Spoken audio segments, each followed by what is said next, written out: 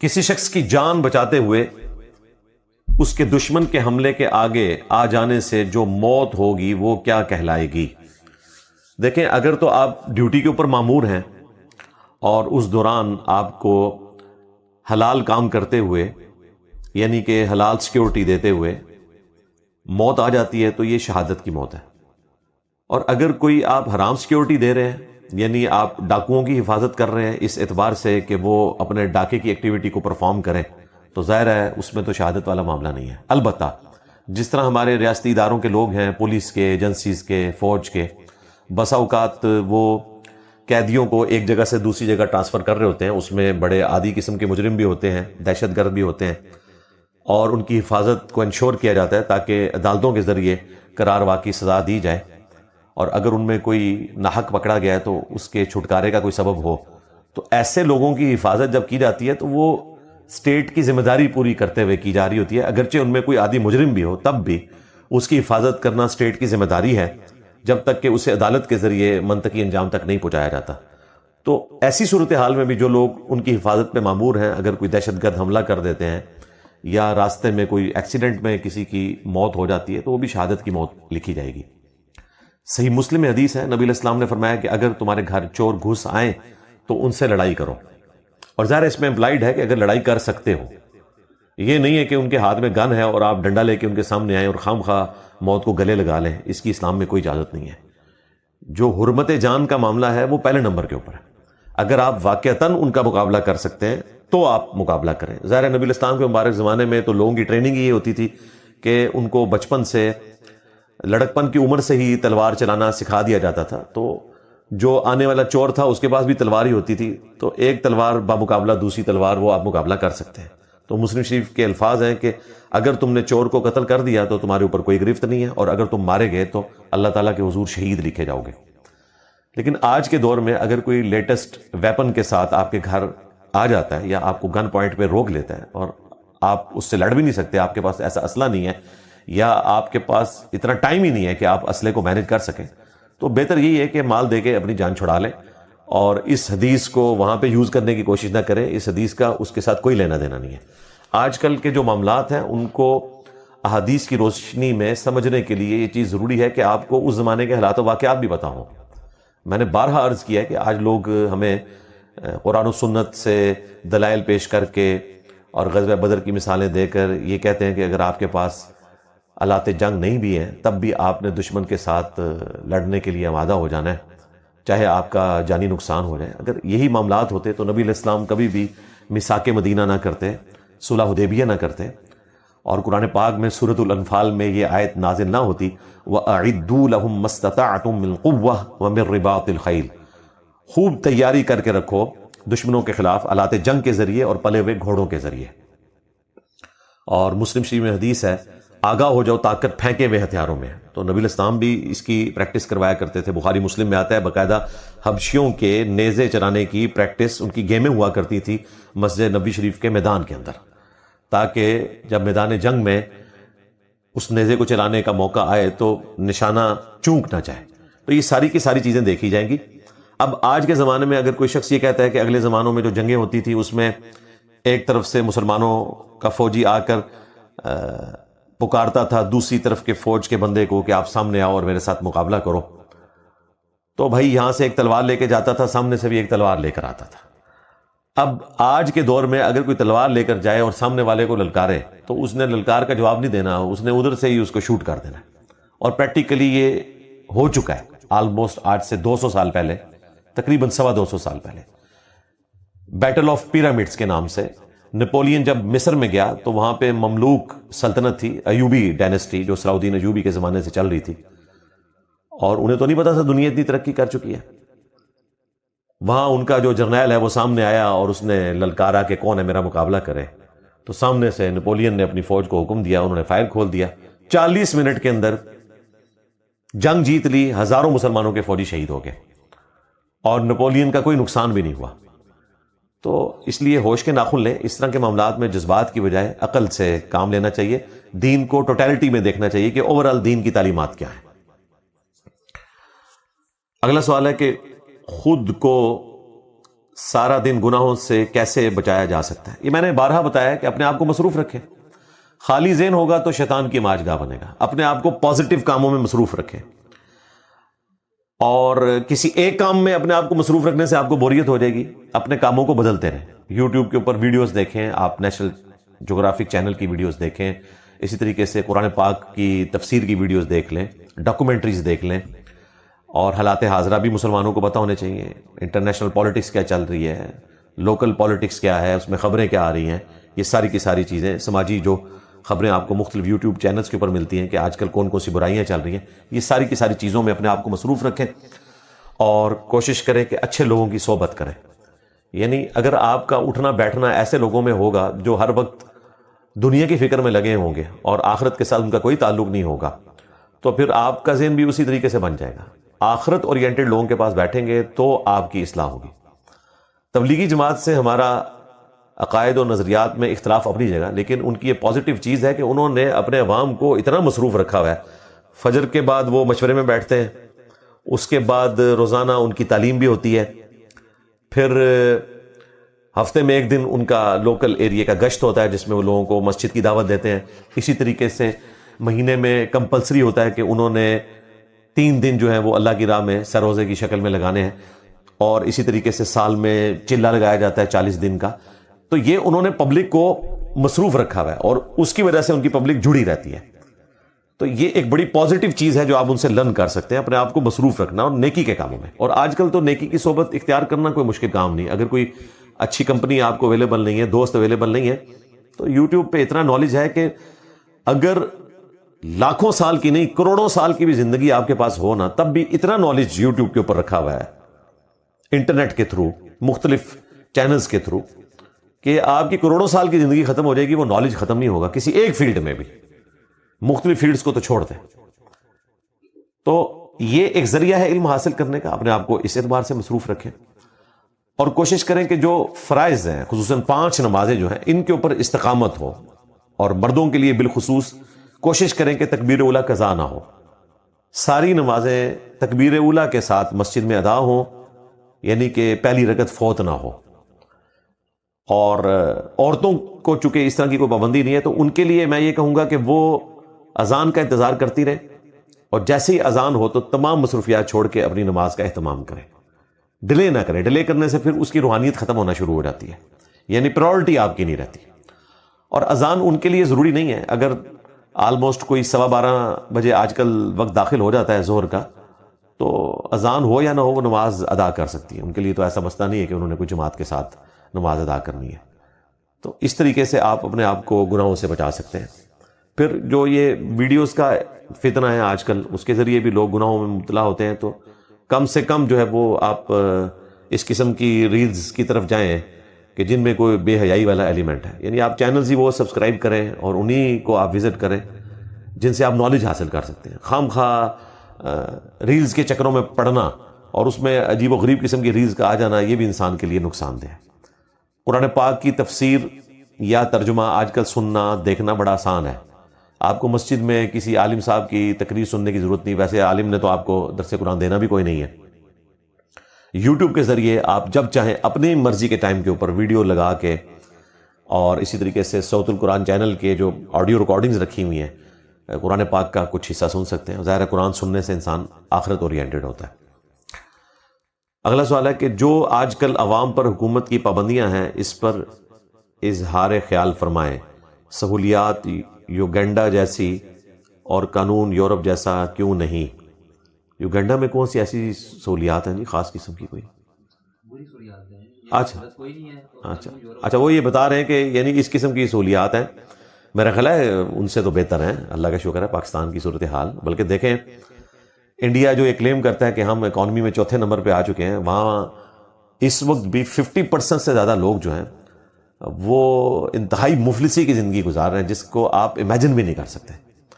اور یہ جو ایران امریکہ کے کرائسس چل رہے ہیں, اس میں وہاں پر جو LPG کی لائنیں لگی ہوئی ہیں, پیٹرول پمپس کے اوپر لائنیں لگی ہوئی ہیں, اس اعتبار سے تو پاکستان کافی بہتر ہے. باقی آپ کی بات ٹھیک ہے. میں نے بارہا عرض کیا ہے کہ پاکستان ایک سیکورٹی اسٹیٹ ہے. یعنی یہ ہمارے ساتھ ایک پیدائشی طور پر مرض کہہ لیں, کمزوری کہہ لیں, وہ لگ گئی ہے. پوری دنیا میں پاکستان اس اعتبار سے ایک نظریاتی اسٹیٹ مانا جاتا ہے مسلمانوں کی، اور پھر ہمارے پڑوس میں جو انڈیا ایک ملک ایسا ہے کہ جس کے ساتھ ہماری کنفرنٹیشن رہتی ہے مسئلہ کشمیر کے اوپر. گریٹ برٹن جاتے ہوئے یہ ہمیں تحفہ دے گئی ہے کہ آپس میں یہ دونوں ملک لڑتے رہے. اس کی وجہ سے وہ بھی سیکیورٹی اسٹیٹ بنے ہوئے ہیں، ہم بھی سیکیورٹی اسٹیٹ بنے ہوئے ہیں. وہ بھی سیاچن کے اوپر اپنے فوجی لگانے کے لیے لباس اور اسلحہ امریکہ سے لے رہے ہیں، ہم بھی لے رہے ہیں. اور امریکہ کی جو آلموسٹ 65% کے قریب جو سمجھ لیں آبادی ہے، وہ ڈائریکٹلی یا انڈائریکٹلی اسلحے کی صنعت کے ساتھ وابستہ ہے. ان کا اسلحہ بک رہا ہے، یاشی کر رہے ہیں وہ، اور ہم یہاں پہ ویلفیئر اسٹیٹ سے بہت دور ہیں سیکیورٹی اسٹیٹ ہونے کی وجہ سے. اللہ کرے کہ دنیا سے یہ جنگوں کا عذاب ٹلے اور ہماری حکومتیں بھی اس طرف سوچیں.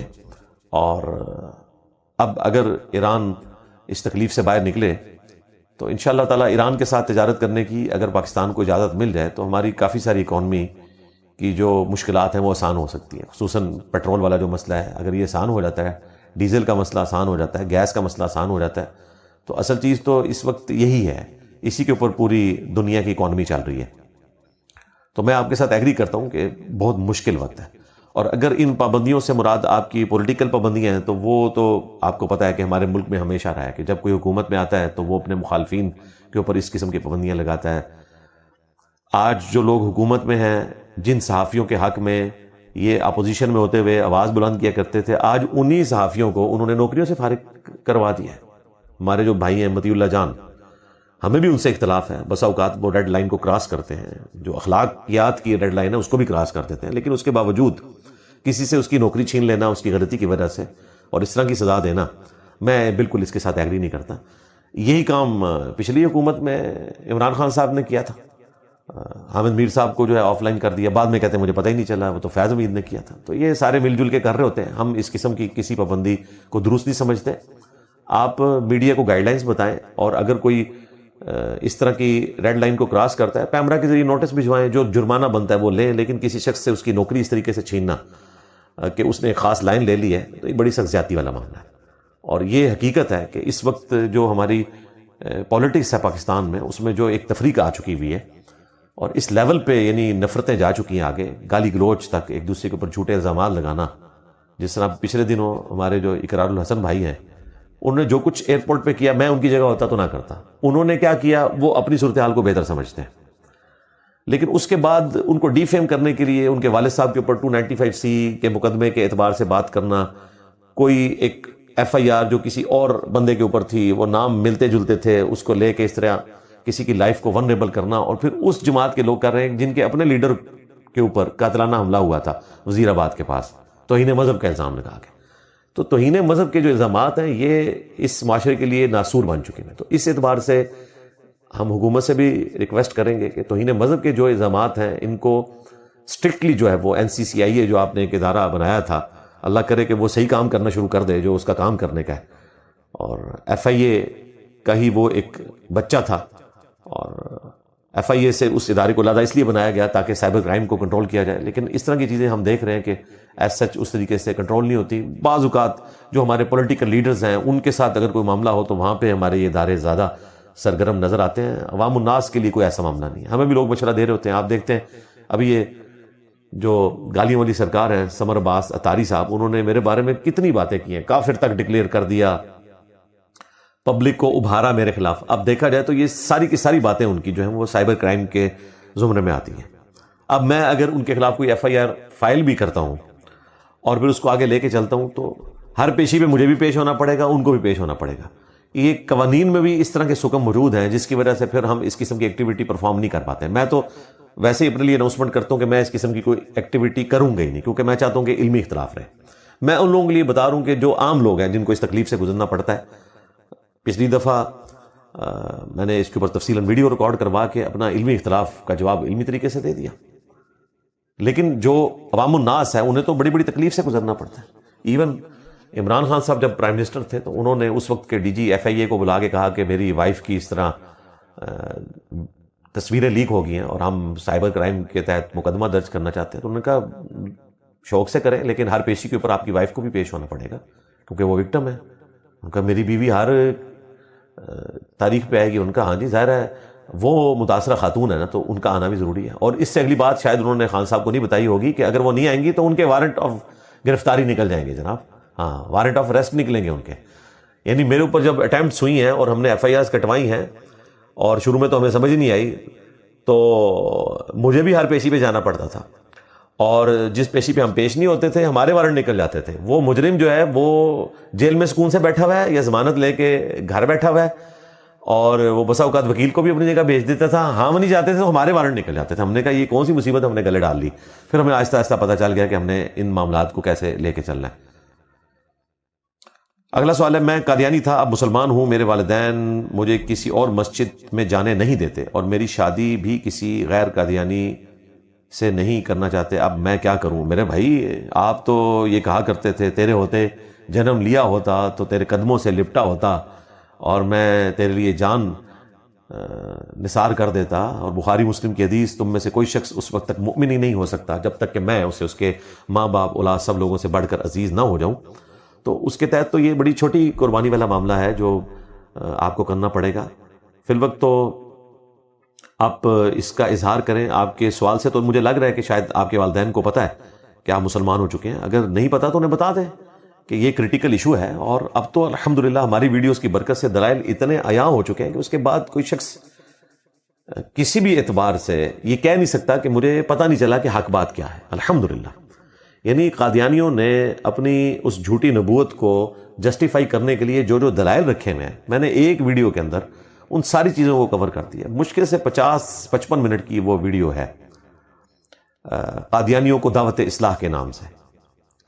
اس کے علاوہ بھی کافی ساری ویڈیوز ہیں، وہ آپ دیکھ سکتے ہیں، اور اس میں نے سارا مقدمہ کھول کے بیان کر دیا. تو میرا خیال ہے آپ پیار محبت سے اپنے ماں باپ کو سمجھائیں. اگر نہیں سمجھتے اور آپ آزاد ہیں اور آپ کا سورس آف انکم ہے تو علیحدگی اختیار کریں. بہرحال ان کے ساتھ آپ نے قطع تعلقی کا معاملہ نہیں کرنا، دنیا میں معروف طریقے سے آپ نے چلنا ہے. وہ تو حدیث ہے صحیح بخاری میں، اسماء بنت ابی بکر جو سیدنا ابو بکر کی بیٹی تھی، ان کی والدہ جو تھی وہ مشرکہ تھی. نبی علیہ السلام سے انہوں نے شکایت کی کہ یا رسول اللہ، میری والدہ مجھے ملنے کے لیے آتی ہیں اور وہ مشرکہ ہیں، کیا میں ان کے ساتھ حسن سلوک کروں؟ تو آپ نے فرمایا کہ دنیا میں معروف طریقے کے ساتھ ان کے ساتھ حسن سلوک کرو. اور اس کو سپورٹو قرآن پاک میں بھی موجود ہے، آیت مبارکہ سورہ لقمان کے اندر اور باقی صورتوں کے اندر، کہ آپ نے ماں باپ کے ساتھ دنیا میں معروف طریقے سے چلنا ہے.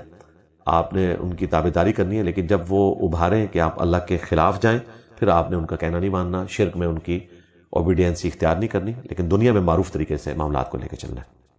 ہم بھی آپ کے لیے دعا گو ہیں، اللہ تعالیٰ آسانیاں فرمائے، آمین. میرے ماموں 25 سال پہلے میری والدہ کا حق مہر بیچ کر باہر گئے اور آج 4 کروڑ کے مالک ہیں. میری والدہ ستمبر میں فوت ہو گئی اور وہ ہمیں ذہنی اذیت دیتے رہے. اب ان کے فوت ہونے کے بعد کہتے ہیں کہ میں نے تم لوگوں کو کچھ نہیں دینا، ہم 2 بہن بھائی ہیں اور والد بھی نہیں ہیں، برائے کرم ماموں کے لیے ایک پیغام ریکارڈ کروا دیں. ماموں نے جی بڑا مسئلہ خراب کیا ہے، شروع میں بھی اور آج تک کر رہے ہیں. یہ ماموں امت کو ماموں بنا رہے ہیں. تو آپ کے اس سوال سے تو مجھے لگ رہا ہے کہ شاید آپ کی والدہ کی ان کے ساتھ کوئی انڈرسٹینڈنگ تھی کہ وہ ادھار لے کر گئے ہوں گے، اور اگر آپ کی والدہ نے ادھار کی بجائے ان کو گفٹ کر دیا ہوا ہے تو پھر آپ اپنی والدہ کے لیے اب دعائے خیر کریں کہ انہوں نے اس طرح کی حرکت کیوں کی. تو مجھے نہیں لگتا کہ انہوں نے گفٹ کیا ہوگا. ظاہر ہے کہ انہیں پتا ہوگا کہ اس طریقے سے میں اپنے بچوں کے اعتبار سے بھی مستقبل کو دیکھنا ہے، تو انہوں نے ادھار دیا ہوگا. تو ان کا کام ہے کہ وہ ادھار واپس کریں اور آج کے ریٹ کے اوپر واپس کریں گے. ہاں، یہ 25 سال پہلے کا قرض جو ہے وہ آج کے ریٹ کے اوپر واپس کیا جائے گا، ایکویلنٹ ٹو گولڈ. اس کے پیچھے ریزن یہ ہے کہ اگلے زمانوں میں کرنسی جو ہے وہ کوائنز کی شکل میں ہوتی تھی. گولڈ کے کوائنز ہوتے تھے یا سلور کے کوائنز ہوتے تھے، اور ان کے انٹرنسک ویلیو بھی وہی ہوتی تھی جو ان کی فیس ویلیو ہوتی تھی. آج بھی سونے کی انٹرنسک ویلیو اور فیس ویلیو ایک ہی ہے. یعنی آپ دنیا میں کہیں سونا لے جائیں تو آپ کو ڈالرز کے فارم میں اس کے ایکویلنٹ اتنی ہی کرنسی ملے گی. لیکن جو نوٹ ہے اس کی ویلیو تو بدلتی رہتی ہے، خصوصاً ہم جیسے جو تھرڈ ورلڈ کنٹریز ہیں ان میں تو اس کی ویلیو نیچے ہی آتی رہتی ہے، سٹیبل نہیں رہتی ہے. تو سونے کے اعتبار سے اگر کسی شخص نے قرض لیا ہوا ہے تو اس کو تو سونے کے اعتبار سے ہی واپس کرنا ہوگا. اور جنہوں نے سونے کے اعتبار سے نہیں لیا لیکن کرنسی بہت عرصہ پہلے لی تھی، تو اخلاقاً انہیں بھی چاہیے کہ ایٹ لیسٹ کوئی مل جل کے ایک ایسی درمیانی رقم ان کو واپس کریں جو ایک ہینڈسم اماؤنٹ ہو. مثلاً آج سے اگر آپ آلموسٹ 1.5 سال پہلے بھی چلے جائیں، 1.5-2 سال پہلے، مشکل سے 1.5 سال پہلے دسمبر 2024 میں سونا جو ہے وہ 2,72,000 روپے تولا تھا اور آج آلموسٹ 5 لاکھ روپے تولا ہے. تو مجھے بتائیں 1.5 سال پہلے اگر کسی نے آپ سے قرض لیا تھا تو آج تو وہ قرض اس اعتبار سے دیکھا جائے تو ڈبل ہو جائے گا. تو اس لیے ہم کہتے ہیں کہ آپ کسی سے قرض لیں یا دیں تو اس وقت کی جو گولڈ کی ویلیو ہے یا ڈالر کی جو ویلیو ہے یا پاؤنڈ کی جو سٹیبل کرنسیز ہیں اس کے ایکویلنٹ کیا کریں تاکہ نہ دینے والے کو بعد میں گلہ ہو نہ لینے والے کو گلہ ہو. اب اس کیس میں آپ کے ماموں کے لیے ہم یہی ریکویسٹ کریں گے کہ اللہ تعالیٰ نے سورۃ النساء میں ارشاد فرمایا کہ جو لوگ یتیموں کا مال ناحق ہڑپ کرتے ہیں وہ اپنے پیٹوں میں دوزخ کی آگ بھر رہے ہیں. دنیا میں ظاہر ہے یہ آگ ڈورمنٹ پوزیشن میں ہے, آخرت میں ایکٹیو ہو جائے گی. جس طرح دنیا میں آپ کوئلہ اگر زبان پہ رکھتے ہیں تو زبان جل جائے گی کیونکہ دنیا میں فزیکل لاز ایکٹیو ہیں, لیکن حرام کا لقمہ آپ اپنی زبان پہ رکھیں تو کسی کی زبان نہیں جلتی, بلکہ اتنا حرام ہڑپ کر جاتے ہیں وہ. لیکن آخرت میں جو حرام جو آپ نے دنیا میں بھرا تھا وہ ایکٹیو ہو جائے گا اور وہ آگ کی شکل میں آپ کے اوپر مسلط کر دیا جائے گا. وَلِعَاذُ بِاللَّهِ تعالی. اور ڈریں اس بات سے, آپ کی اولاد کے ساتھ بھی ایسا معاملہ ہو سکتا ہے اور ان کے ساتھ نہ بھی ہو, آخرت میں تو آپ نے اللہ کے حضور جواب دینا ہے. اگر اللہ ہمارا دوست ہے تو کیا اسے یار کہہ کر مخاطب کر سکتے ہیں؟ آپ یار نہ کہیں, آپ وہ کہیں جو آپ کے پیغمبر نے آپ کو سکھایا. اپنے رب کے ساتھ اپنا تعلق جو ہے وہ اسماء و صفات کے اعتبار سے رکھا جائے. جو نبی الاسلام کی دعائیں ہیں, آپ کے اذکار ہیں, حسبنا اللہ و نعم الوکیل, یا حی یا قیوم برحمتک استغیث, یا ذا الجلال والاکرام, یا حنان یا منان, یا بدیع السماوات والارض. تو یہ جو اللہ تعالیٰ کے اسماء ہیں ان کے ذریعے اللہ تعالیٰ کو پکاریں. تو باقی ظاہر ہے اللہ تعالیٰ ہمارا دوست بھی ہے, مددگار بھی ہے, اس میں کوئی شک نہیں ہے. اللہ کے ساتھ ہمارا فریکٹس کا رشتہ ہے وہ اپنی جگہ, لیکن ہم ان کلمات کے ذریعے اللہ تعالیٰ کی طرف متوجہ ہوں جو ہمارے پروفٹ نے ہمیں سکھائے ہیں. سبحان اللہ, الحمدللہ. جب اللہ تعالیٰ کے لیے محبت کے جذبات آئیں تو آپ پیغمبر کی دعاؤں کے ذریعے, پیغمبر کے کلمات کے ذریعے صلی اللہ علیہ وآلہ وسلم اپنے رب کو یاد کریں. دیکھیں ہماری جو سوشل لائف کے اندر بھی جو سلوگنز ہیں وہ ہمیں تعلیم کر دیے گئے ہیں. یعنی ہم مستقبل میں کسی کام کے اعتبار سے انشاءاللہ بولتے ہیں, اور اسی طریقے سے کوئی اچھا منظر دیکھتے ہیں تو ماشاء اللہ بول دیتے ہیں, سبحان اللہ بولتے ہیں. اسی طریقے سے بخاری شریف میں آیا کہ نبی الاسلام چڑھائی پہ چڑھتے ہوئے اللہ اکبر کہتے تھے اور اترائی اترتے ہوئے سبحان اللہ کہتے تھے. اسی طریقے سے اللہ کا شکر ادا کرنے کے لیے الحمدللہ کہا جاتا ہے. اللہ تعالیٰ کی پناہ طلب کرنے کے لیے لا حول ولا قوت الا باللہ پڑھا جاتا ہے. تو اس طرح کے کلمات کے ذریعے اللہ کی طرف متوجہ ہوں. موجودہ دور میں جہاد کیسے کیا جا سکتا ہے اگر ہم فوج میں نہ ہوں؟ میرے بھائی, فوج میں جا کے جہاد کرنا یہ تو بات کی بات ہے. جو جہاد آپ کو روزانہ کرنا پڑتا ہے پہلے اس جہاد سے تو فارغ ہوں. روزانہ آپ کو درجنوں دفعہ اور بعض لوگ کے لیے سینکڑوں دفعہ ایسی صورتحال آتی ہے کہ انہوں نے اللہ کے لیے فیصلہ کرنا ہوتا ہے, اور زیادہ تر لوگ ناکام ہو جاتے ہیں. اپنی سوشل ویلیوز کا خیال رکھتے ہوئے وہ اپنے دین کو کمپرومائز کرتے ہیں. جن لوگوں نے داڑھی رکھی ہوئی ہے ان کو اس اعتبار سے تکلیف اٹھانی پڑتی ہے. جن لوگوں نے حجاب کے طریقے کو اڈاپٹ کیا ہوا ہے انہیں گلہ شکوہ سننا پڑتا ہے اپنے مخالفین سے اور اس طرح کے لوگوں سے جو دین کے معاملے میں زیادہ شغف نہیں رکھتے. اسی طریقے سے نمازوں کی مشقت اٹھانا, روزوں کی مشقت اٹھانا, رزق حلال کمانے کی مشقت اٹھانا, ماں باپ کے حقوق پورے کرنا, بیوی بچوں کے حقوق پورے کرنا, یہ جو تکلیفیں آپ کو اٹھانی پڑتی ہیں تو یہ تو روزانہ جہاد والا ہی معاملہ ہے. آپ جس جہاد کا ذکر کر رہے ہیں قتال, تو جب سے فوج بن چکی ہے تو یہ ان کا ہی کام ہے کہ وہ آگے جا کے بارڈر کے اوپر لڑیں گے. آپ کا حصہ ڈل رہا ہے کیونکہ فوج میں جو لوگ پریکٹیکلی میدان عمل میں اتر کے آگے لڑ رہے ہوتے ہیں وہ تو ایک پورشن کو سنبھالے ہوئے ہیں. ان کو جو لوگ اسلحہ پرووائڈ کرتے ہیں اور لیٹسٹ اسلحہ جن اداروں میں بنایا جاتا ہے وہ تو کبھی بارڈر پہ بھی نہیں جاتے, لیکن وہ بھی اس جہاد کے اندر شامل ہوتے ہیں. جس طرح پاکستان میں آرڈیننس فیکٹری ہے واہ کینٹ کے اندر, اسلحہ وہ پرووائڈ کر رہے ہیں اگرچہ ان کا کوئی ملازم جو ہے وہ جا کے بارڈر پہ نہیں لڑتا. اسی طریقے سے میزائل ٹیکنالوجی, ہمارے اٹامک انرجی کے جو ادارے ہیں اس پہ کام کر رہے ہیں, ان میں سے کوئی بارڈر پہ نہیں جاتا, لیکن وہ اس جہاد اور قتال کا حصہ ہے. اور انہی کے لیے ٹرم استعمال کی جاتی ہے فورس بیہائنڈ دا فورسز, یعنی ہماری جو فورسز ہیں ان کے پیچھے فورس جو ہے وہ یہ ہے. اور یہ جو ادارے فورس ہیں ان کے پیچھے فورسز جو ہیں وہ پاکستان کے عوام ہیں، 25 کروڑ جو کہ ٹیکسز کے ذریعے ان کی تنخواہیں میٹ کرتے ہیں اور خرچہ اٹھاتے ہیں۔ ظاہر ہے آرڈیننس فیکٹری میں آلموسٹ کوئی 50,000 کے قریب ملازمین ہیں، ان کی تنخواہیں وہ پاکستان کے عوام کے ٹیکس سے جاتے ہیں۔ اسی طریقے سے پاکستان کی فوج ہے 5 سے 7 لاکھ، اور جو ریٹائر لوگ ہیں وہ ملائیں تو 12-14 لاکھ کے قریب بنتی ہیں، ان کی پینشنز بھی ہیں، ان کی مرات ہیں۔ اسی طریقے سے اٹامک انرجی کے اداروں میں جو لوگ ملازمین ہیں 1 لاکھ سے زیادہ ہیں، NASSCOM, Pakistan atomic energy commission اور اسپارکو، KRL، ان ساروں کے ملا کے تو ان کی تنخواہیں بھی پاکستان کے عوام کے ٹیکس سے جاتی ہیں۔ تو سب لوگ اس جہاد اور قتال میں شامل ہیں۔ جب فوجیں بن گئی تھیں تو سیدنا عمر کے دور میں بھی حضرت عمر نے جا کے خود جنگ قادسیہ یرموک نہیں لڑی ہے، بلکہ وہ تو مدینہ شریف میں بیٹھے ہوئے تھے، سیدنا علی بھی وہیں پہ بیٹھے ہوئے تھے، سیدنا عثمان بھی وہیں پہ بیٹھے ہوئے تھے، کیونکہ فوجیں بن گئی تھی۔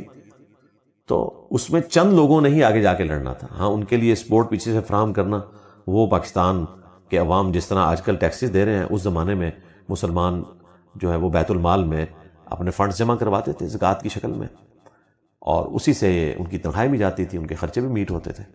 تو اس لیے کوئی گلٹی فیل کرنے کی ضرورت نہیں ہے آپ کو۔ حدیث میں ہے کہ ولی کی اجازت کے بغیر نکاح باطل ہے، تو حنفیوں میں جو لوگ بغیر اجازت نکاح کرتے ہیں ان کا نکاح قائم ہو جاتا ہے، اور اگر نہیں تو ان پر کیا حکم ہوگا؟ ان کو بھائی چھوڑ دیں، ان سے جو غلطی ہوئی ان کا معاملہ اللہ کے سپرد۔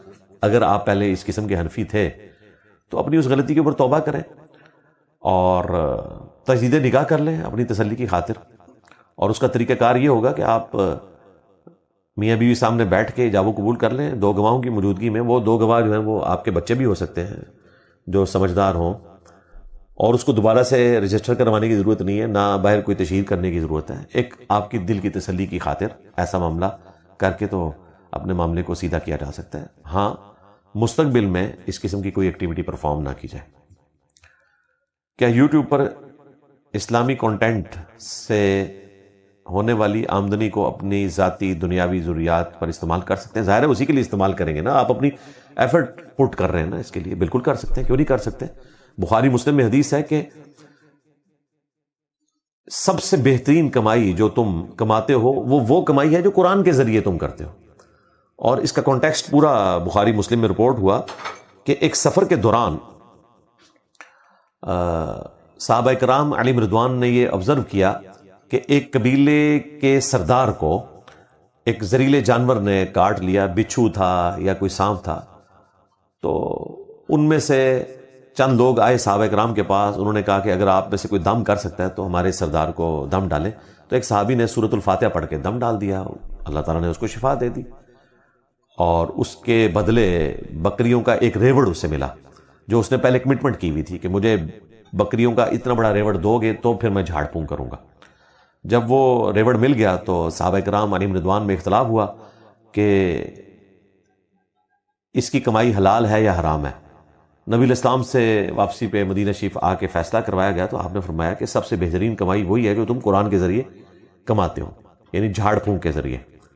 اور پھر آپ علیہ السلام نے اس کو انڈورس کرنے کے لیے فرمایا کہ اس میں ہمارا حصہ بھی رکھو، تاکہ آنے والے لوگوں کو پتہ چل جائے کہ نبی الاسلام نے اس کمائی میں سے خود بھی اپنے لیے جو ہے وہ بکریاں لی، اور آپ علیہ السلام نے اگر لی ہیں تو ظاہر ہے کہ یہ حلال ہے۔ تو اس حدیث کو اصل مانا جاتا ہے کہ قرآن پاک کے ذریعے آپ رزق حلال کما سکتے ہیں، اور بدرجہ اولا جو قرآن پاک کی تعلیم دی جاتی ہے اس کے ذریعے بھی آپ کما سکتے ہیں، قرآن پاک سکھانے کے اعتبار سے بھی۔ باقی جو وہ ابو داؤد سے حدیث پیش کی جاتی ہے کہ نبی الاسلام نے ایک صحابی کو ڈانٹا تھا اس کانٹیکسٹ میں کہ وہ قرآن پاک کی تعلیم کا معاوضہ لے رہا تھا، اور کہا کہ یہ تم آگ کی کمان لے کر جاؤ گے اگر ایسا کرو گے، تو وہ کسی غریب آدمی سے قرآن پاک کی تعلیم کے اعتبار سے اس نے وہ کمان مانگی تھی۔ تو اس طرح کے جو غریب ہیں ان کو تو آپ بے شک مفتی سکھائیں، لیکن جو لوگ افورڈ کر سکتے ہیں، اگر وہ فزکس کی ٹیوشن دے رہے ہیں، کیمسٹری کی، میتھمیٹکس کی، تو قرآن پاک کی بھی ٹیوشن دیں تو بالکل ٹھیک ہے۔ اور اسی کیٹیگری میں یہ بھی چیز فال کرتی ہے جو یوٹیوب کے اعتبار سے ہے، لیکن اس میں دیکھ لیں کہ اس طرح کے اشتہارات نہیں چلنے چاہیے کہ جو حرام کی کیٹیگری میں فال کرتے ہوں۔ اس پہ میری الگ سے ویڈیو ریکارڈ ہے، وہ آپ دیکھ لیں۔ ایک عام انسان کس محدث کی صحیح حدیث کو صحیح اور ضعیف حدیث کو ضعیف مانے؟ کیونکہ یہاں پر اختلاف بہت زیادہ ہو جاتا ہے اور ہر انسان علم حدیث سیکھ بھی نہیں سکتا۔ پہلے آپ قرآن سیکھ لیں بھائی، عقائد سارے قرآن میں ہیں، اور قرآن کی چھلنی سے جب آپ پاس ہو جائیں گے تو حدیث میں بھی آ جائیے گا، اور حدیث میں بھی اہل سنت کے ہاں کم از کم یہ جو 2 کتابیں ہیں بخاری اور مسلم، اس کی صحت کے اوپر تو اتفاق ہے، آپ اس کو پڑھیں۔ 7,563 احادیث، 7563 احادیث بخاری میں ہے، اتنی مسلم میں ہے۔ آپ دونوں کو ذرا ملائیں تو یہ 15,000 کے قریب احادیث جو بنتی ہیں یہ آپ پہلے پڑھ لیں جن کے اوپر اتفاق ہے، پھر آپ باقی احادیث کی طرف آئیے گا۔ تو 90% مسائل انہی دو کتابوں سے کور ہو جاتے ہیں، تو اس لیے صحیح ضعیف کا کوئی چکر ایٹ لیسٹ نہیں ہے، خامخواہ کسی نے ضد بنائی ہوئی ہو تو الگ بات ہے۔ جماعت کرواتے وقت پہلی اور تیسری رکعت میں اللہ اکبر کب کہوں؟ سجدوں کے بعد، کیونکہ جب میں 2 سجدوں کے بعد تھوڑی دیر بیٹھتا ہوں تو پچھلے والے نمازی کھڑے ہو جاتے ہیں۔ ظاہر حنفی ہوں گے تو آپ ان کو بتائیں کہ نبی علیہ السلام نے نماز کے سکون کے لیے جلسہ استراحت کو تعلیم فرمایا۔ 6251 نمبر حدیث ہے صحیح بخاری کے اندر، جو مسلم میں بھی ہے، لیکن میں بخاری کا طریق بیان کر رہا ہوں، جس میں ایک صحابی نے تیزی سے نماز پڑھی تو نبی علیہ السلام نے اس کو فرمایا کہ دوبارہ نماز پڑھو، تم نے نماز پڑھی نہیں۔ پھر دوسری بار نماز پڑھ کے آیا، سلام کیا، نبی علیہ السلام نے کہا وعلیکم السلام، پھر فرمایا کہ جا کے نماز پڑھو، تم نے نماز نہیں پڑھی۔ اور یہ معاملہ 3 دفعہ جب رپیٹ ہوا تو چوتھی دفعہ اس نے کہا یا رسول اللہ مجھے نماز سکھا دے، تو آپ علیہ السلام نے فرمایا کہ جب تم نماز کا ارادہ کرو تو وضو کرنے کے بعد سکون سے قبلہ رخ کھڑے ہو، اللہ اکبر کہہ کے سورۃ الفاتحہ اور قرآن پاک پڑھو، پھر سکون کے ساتھ رکوع میں جاؤ، پھر رکوع سے جب کھڑے ہو تو سکون سے کھڑے ہو، یعنی قومے کی حالت میں سجدہ کرو، سکون سے کرو، اور پھر 2 سجدوں کے درمیان جب جلسہ کرو تو سکون سے بیٹھو، اور پھر دوسرا سجدہ کرو، اور دوسرا سجدہ کر کے بھی سکون سے بیٹھو، اور پھر اگلی رکعت کے لیے کھڑے ہو۔ اس میں جلسہ استراحت کا ذکر ہے۔ استراحت کہتے ہیں آرام کرنے کو، یعنی آرام کرنے کا جلسہ، دوسرے سجدے کے بعد بیٹھ کے اٹھنا۔ تو یہ بخاری میں حکم موجود ہے، اپنے مقتدیوں کو بتائیں۔ اور ویسے بھی یہ نماز کی بریک ہے، نماز کی 3 بریکیں ہیں، میں نے بارہا اپنی ویڈیوز میں ذکر کیا، یہ اللہ تعالیٰ نے شرح صدر کیا میرے پہ کہ یہ 3 سنت اعمال ایسے ہیں نماز میں جو نماز کی سپیڈ کو روکتے ہیں۔ نمبر 1 رفع الیدین کرنا، یعنی جب آپ سکون سے رفع الیدین کرتے ہیں تو آپ سکون سے رکوع میں جاتے ہیں، تیزی نہیں دکھاتے۔ اسی طریقے سے رکوع سے اٹھتے ہیں، سمیع اللہ لمن حمدہ، ربنا لک الحمد، یا ربنا ولک الحمد، یا اللہم ربنا ولک الحمد، تو تسلی سے۔ ایک یہ بریک ہے۔ دوسری بریک ہے سجدے میں جاتے ہوئے پہلے ہاتھ لگانا اور پھر گھٹنے، یہ بھی سنت ہے۔ بخاری میں 803 نمبر حدیث کی ہیڈنگ میں عبداللہ ابن عمر کا عمل موجود ہے، اور اسی طریقے سے باقی احادیث کی کتابوں میں نبی علیہ السلام سے مرفوع موجود ہے کہ آپ پہلے ہاتھ لگاتے تھے اور بعد میں گھٹنے، اور اسی کا حکم دیتے تھے۔ اور تیسری بریک ہے 2 سجدے کرنے کے بعد جلسہ استراحت کرنا پہلی رکعت میں، اور پھر کھڑا ہونا۔ 2 رکعتوں کے بعد تو آپ نے ویسے ہی تشہد پڑھنا ہے تو اس میں تو سکون آ ہی جائے گا، اور پھر آپ تیسری رکعت کے لیے کھڑے ہوں گے، اور تیسری رکعت جو ہے وہ پھر رفع الیدین سے سٹارٹ ہوگی۔ وہ بخاری میں موجود ہے کہ تیسری رکعت کا آغاز نبی علیہ السلام پھر رفع الیدین سے کرتے تھے۔ اب مقتدیوں کو آپ ٹرین کریں اس معاملے میں، اور اپنے لیے یہ کریں کہ آپ تسلی سے جب جلسہ استراحت کریں نا، یعنی سجدے سے سر اٹھانے کے بعد آپ تسلی سے بیٹھیں حتیٰ کہ ہر ہڈی اپنی جگہ پہ آ جائے، جو بخاری کے الفاظ ہیں۔ اس وقت پھر آپ اللہ اکبر کہہ کے کھڑے ہوں اگلی رکعت کے لیے۔ اگرچہ یہ اللہ اکبر جلسہ استراحت سے اٹھنے کا نہیں ہوگا، بلکہ یہ سجدے سے اٹھنے کا ہوگا، لیکن چونکہ آپ نے اس کو ڈیلے کرنا ہے تو آپ بیٹھے اور پھر اللہ اکبر کہہ کے کھڑے ہوں، تاکہ آپ کے پیچھے والے جو نمازی ہیں وہ آپ سے پہلے نہ کھڑے ہو جائیں۔ اور ظاہر ہے وہ ضروری ہے، وہ بخاری مسلم میں حدیث ہے کہ جو شخص امام سے پہلے رکوع کرتا ہے وہ ڈرتا نہیں ہے کہ اللہ تعالیٰ اس کے سر کو گدھے کے سر سے بدلتا ہے۔ یعنی انتقال ارکان جو ہے وہ آپ امام سے پہلے نہیں کر سکتے۔ یہ جو کہا جاتا ہے نا امام کی پیروی کرنی ہے، وہ انتقال ارکان میں، یعنی ایک رکن سے دوسرے رکن میں منتقل ہونا، یہ آپ امام سے پہلے نہیں کر سکتے۔ باقی ظاہر ہے جو آپ نماز کے اندر پڑھ رہے ہیں، آپ تشہد سے پہلے فارغ ہو جاتے ہیں، امام بعد میں ہوتا ہے، کوئی اس میں گناہ والا معاملہ نہیں ہے۔ بس اوقات امام رفع الیدین نہیں کر رہا حنفی ہونے کی وجہ سے، آپ کر رہے ہیں، کوئی اس میں معاملہ نہیں ایسا کہ جی امام نہیں کر رہا تو میں نے بھی نہیں کرنا۔ وہ انتقال ارکان، یعنی امام سے پہلے رکوع میں نہیں جانا، امام سے پہلے سجدہ نہیں کرنا، اس میں پیروی کا حکم ہے۔ ادروائز تو پھر آپ جو بیچ میں پڑھ رہے ہیں اس میں تو آپ امام سے پہلے بھی فارغ ہو جائیں گے، تو کیا آپ نے امام کو کاٹ دیا؟ نہیں۔ اور دوسری پھکی جو ان کے لیے الزامی جواب ہے، کیا حنفی پبلک امام کعبہ کے پیچھے جا کے رفع الیدین شروع کر دیتی ہے کہ چونکہ اب امام رفع الیدین کر رہا ہے تو امام کی پیروی کا حکم ہے؟ وہ تو یہاں سے پکا کر کے بھیجتے ہیں ان کو کہ آپ نے وہاں ان کی طرح نماز نہیں پڑھنی ہے، آپ نے حنفی طریقے پہ پڑھنی ہے۔ اور یہاں ہمیں یہ کہہ رہے ہوتے ہیں کہ جی امام حنفی ہے تو آپ بھی رفع الیدین چھوڑ دیں امت کی جمعیت کی خاطر۔ جمعیت کو تو آپ نے توڑا ہوا ہے، آپ لوگ کعبے میں جا کے جمعیت کا خیال نہیں رکھ رہے، اور وہ لوگ جو صحابہ کرام کی اولادیں ہیں ان کو آپ یہ بتا نہیں پا رہے کہ رفع الدین منسوخ ہو چکا ہے، کیونکہ ہندوؤں کی اولادوں کو کسی نے آ کے بتا دیا انڈیا پاکستان بنگلہ دیش میں کہ رفع الدین منسوخ ہو چکا ہے، اور جو صحابہ کی اولادیں ان کو آج تک نہیں پتہ چلا، وہ تو رفع الدین سے ہی نماز پڑھ رہے ہیں، وہ تو آمین اونچی کہہ رہے ہیں۔ تو میں ساتھ ساتھ چٹکی اس لیے کاٹتا ہوں تاکہ آپ کے دماغ کھلے۔ موجودہ دور میں کیا مذہب اور سیاست ایک ہونے چاہیے، یعنی حکومت کے فیصلے کیا مذہب کی بنیاد پر ہونے چاہیے یا نہیں ہونے چاہیے؟ بھائی اس وقت تو پاکستان میں اللہ کا شکر ہے بڑے عرصے کے بعد ہماری پالیسی چینج ہوئی ہے اور فرقہ واریت کو ریاست سے الگ کر دیا گیا ہے۔ میں مذہب کو نہیں کہتا کہ ریاست سے الگ کیا گیا، ورنہ لوگ اس کو غلط رنگ دیں گے کہ انجینئر صاحب جو ہیں وہ سیکولرز کو سپورٹ کر رہے ہیں۔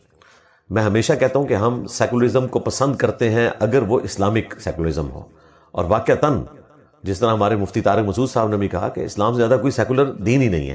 بعد میں ان کو مولویوں کی وجہ سے پھر رجوع کرنا پڑا کہ میں سیکولر ان معنوں میں نہیں، ان معنوں میں کہہ رہا تھا۔ اب ان بیچاروں کو کون بتائے کہ دنیا میں جو یہ ٹرم استعمال ہوتی ہے یہ مذہب کے اگینسٹ ہے ہی نہیں ہے۔ سیکولرزم کی ٹرم، ایتھیزم کی ٹرم جو ہے وہ مذہب کے اگینسٹ ہے، سیکولرزم کی ٹرم جو ہے وہ مذہب کے اگینسٹ نہیں ہے۔ اس لیے میں نے درمیان کا راستہ نکالا، جس طرح ان کے مولویوں نے اسلامک بینکنگ نکال لی اور اسلامک انشورنس نکال لی، تو میں نے اسلامک جو ہے وہ سیکولرزم نکال لیا کہ آپ سب کو رائٹ دیں کہ وہ جس چیز کو حق سمجھتے ہیں اس کے مطابق اپنی زندگی گزاریں۔ اور پھر ایک بڑی تلخ بات ہے جو میں اکثر کرتا ہوں کہ پاکستان کسی مولوی نے نہیں بنایا۔ پاکستان بنانے والا جو بانی پاکستان تھا نا جی، وہ ایک سیکولر آدمی تھا، اس اعتبار سے کہ سنوکر کھیلتے تھے، وہ کتے پالے ہوئے تھے، انہوں نے پینٹ شرٹ پہنتے تھے، سگار لگاتے تھے، مطلب مولویوں والی کوئی بات ان میں دور تک موجود نہیں تھی۔ ایون آج کل کے دور میں ہو تو ان کے اوپر ہر وہ فتویٰ لگے جو آج کل اس طرح کے لوگوں کے اوپر لگتا ہے، اور قبضہ جو ہے وہ بعد میں مولویوں نے کر لیا یا ہماری اسٹیبلشمنٹ نے کر لیا ہے۔ حالانکہ ملک ایک پولیٹیکل لیڈر نے جو وکیل تھا بنایا تھا وہ جرنیل بھی نہیں تھا اور نہ وہ مولوی تھا، اور قبضہ جو ہے وہ کیا ہوا ہے جرنیلوں نے اور مولویوں نے۔ کتنے ظلم کی بات ہے۔ تو تھوڑا اس کے اوپر بھی غور و تفکر کریں۔ اور پھر 11 اگست 1947 کی جو تقریر ہے محمد علی جناح کی، وہ رکھی ہوئی ہے بھائی، آپ اس کو پڑھ لیں۔ اس میں انہوں نے واضح کہا کہ آپ آزاد ہیں، کیونکہ 3 دن بعد اناؤنسمنٹ ہونے والی تھی، تو انہوں نے پہلے ہی اس کے خد و خال بتا دیے کہ آپ آزاد ہیں، پاکستان میں اپنے مندروں میں جا سکتے ہیں، اپنے گرجوں میں جا سکتے ہیں، اپنی مسجدوں میں جا کے نماز ادا کریں۔ یعنی محمد علی جناح نے کبھی سوچا نہیں تھا جو پاکستان بن چکا ہے، خصوصاً افغان وار کے بعد سے جو یہاں تڑکا لگا ہے، مذہب کے نام کے اوپر فرقہ واریت پھیلائی گئی، سنی شیعہ اختلاف ابھارا گیا، قتل و غارت ہوا، یہ تو محمد علی جناح کا کبھی ویژن ہی نہیں تھا۔ ہاں اب جا کے ہماری اسٹیبلشمنٹ کو بھی عقل آئی ہے اور انہوں نے دہشت گرد تنظیموں کو اب خوارج ڈکلیئر کیا ہے، ہم ساتھ ہیں الحمدللہ۔ اس وجہ سے نہیں کہ ہم ان کو سپورٹ کر رہے ہیں، اس وجہ سے کہ انہوں نے ہماری بات مان لی ہے جو ہم کہہ رہے تھے اس وقت، جب کہ انہوں نے لوکل جہادی تنظیموں کو بھی گود لیا ہوا تھا جہاد کے نام کے اوپر، اور پرائیویٹ جہاد انہوں نے اپنا شروع کیا ہوا تھا، اور آج اسی سے منہ چھپاتے پھر رہے ہیں۔ اور FATF کے بعد ضرب عزم رد الفساد، اور اب جو ہے وہ غضب للحق بھی آ گیا ہوا ہے الحمدللہ۔ یعنی ٹھوکریں کھا کے ہمارے ریاستی اداروں نے یہ سبق سیکھ لیا، ہمیں بڑی خوشی ہے، اللہ کرے کہ یہ وضو قائم رہے، اور مجھے لگتا ہے کہ اس کے بغیر اب دنیا میں چارہ نہیں ہے، کیونکہ دنیا اب ان پرانے دھندوں کے ساتھ چل نہیں سکتی ہے۔ تو بھائی ہمارا تو موقف یہ ہے کہ کسی بھی ریاست کا کوئی اس اعتبار سے مذہب نہیں ہونا چاہیے، اور مذہب آپ کو پتہ ہے مسلمانوں میں ہی 5 مذاہب ہیں، حنفی، شافعی، مالکی، حنبلی اور جعفری آپ کر لیں اہل تشیع کا، اور چھٹا آپ کر لیں اہل حدیث کا۔ تو 6 مذاہب تو موجود ہیں، تو آپ پاکستان میں کون سا مذہب نافذ کریں گے؟ اسلام کی تو آپ نے بات کرنی ہی نہیں نا، کیونکہ اسلام تو مذہب ہے ہی نہیں، اسلام تو دین ہے۔ تو اسلام نافذ کریں، ہاں جو کامن چیزیں ہیں وہ ضرور نافذ کریں، لیکن انڈیویجول کسی بندے کی زندگی میں نہیں، جو اجتماعی زندگی سے متعلقہ چیزیں جو حقوق العباد سے متعلق ہیں وہ۔ باقی کسی شخص کو آپ گن پوائنٹ کے اوپر داڑھی نہیں رکھوا سکتے، گن پوائنٹ پہ حجاب نہیں کروا سکتے۔ اس قسم کا اگر کوئی ریاست میں انوالومنٹ ہوتی ہے ریاست کی مذہب کے اعتبار سے، تو ہم اس کو سپورٹ نہیں کریں گے۔ آپ دعوت و تبلیغ کا کام کریں، اور ہمیشہ سے ہمارے محدثین یہی کرتے آئے ہیں۔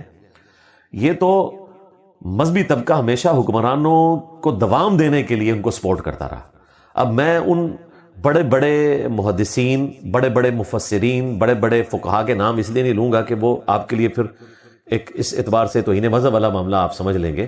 ادروائز یہ سب لوگ اپنے اپنے زمانے میں حکمرانوں کے ساتھ کمپرومائز کرتے رہے، اور حکمرانوں نے ان کو یوز کیا۔ آپ دیکھیں حکمرانوں نے گورنر پولیٹیکل پوسٹ بنائی ہوئی تھی، اور جو قاضی کا عہدہ ہوتا تھا وہ مولویوں کے حوالے کیا ہوا تھا۔ اس لیے آپ کو بڑے بڑے محدثین کے ساتھ ملے گا قاضی، کیونکہ حکومتوں نے عہدے دیے ہوئے تھے اور ظاہر ریسپیکٹ کرتے تھے کہ یہ عالم ہیں اور دین کو اسٹیبلش کر سکتے ہیں اس اعتبار سے کہ وہ اچھے فیصلے کریں گے، اور پھر وہ کمپرومائز بھی ہوتے تھے۔ قاضی ابو یوسف نے کئی فتوے جو ہیں وہ اس وقت جو ہے وہ بنو عباس کے خلفاء کے حق میں دیے، اس وجہ سے امام مالک سخت نفرت کرتے تھے قاضی ابو یوسف سے۔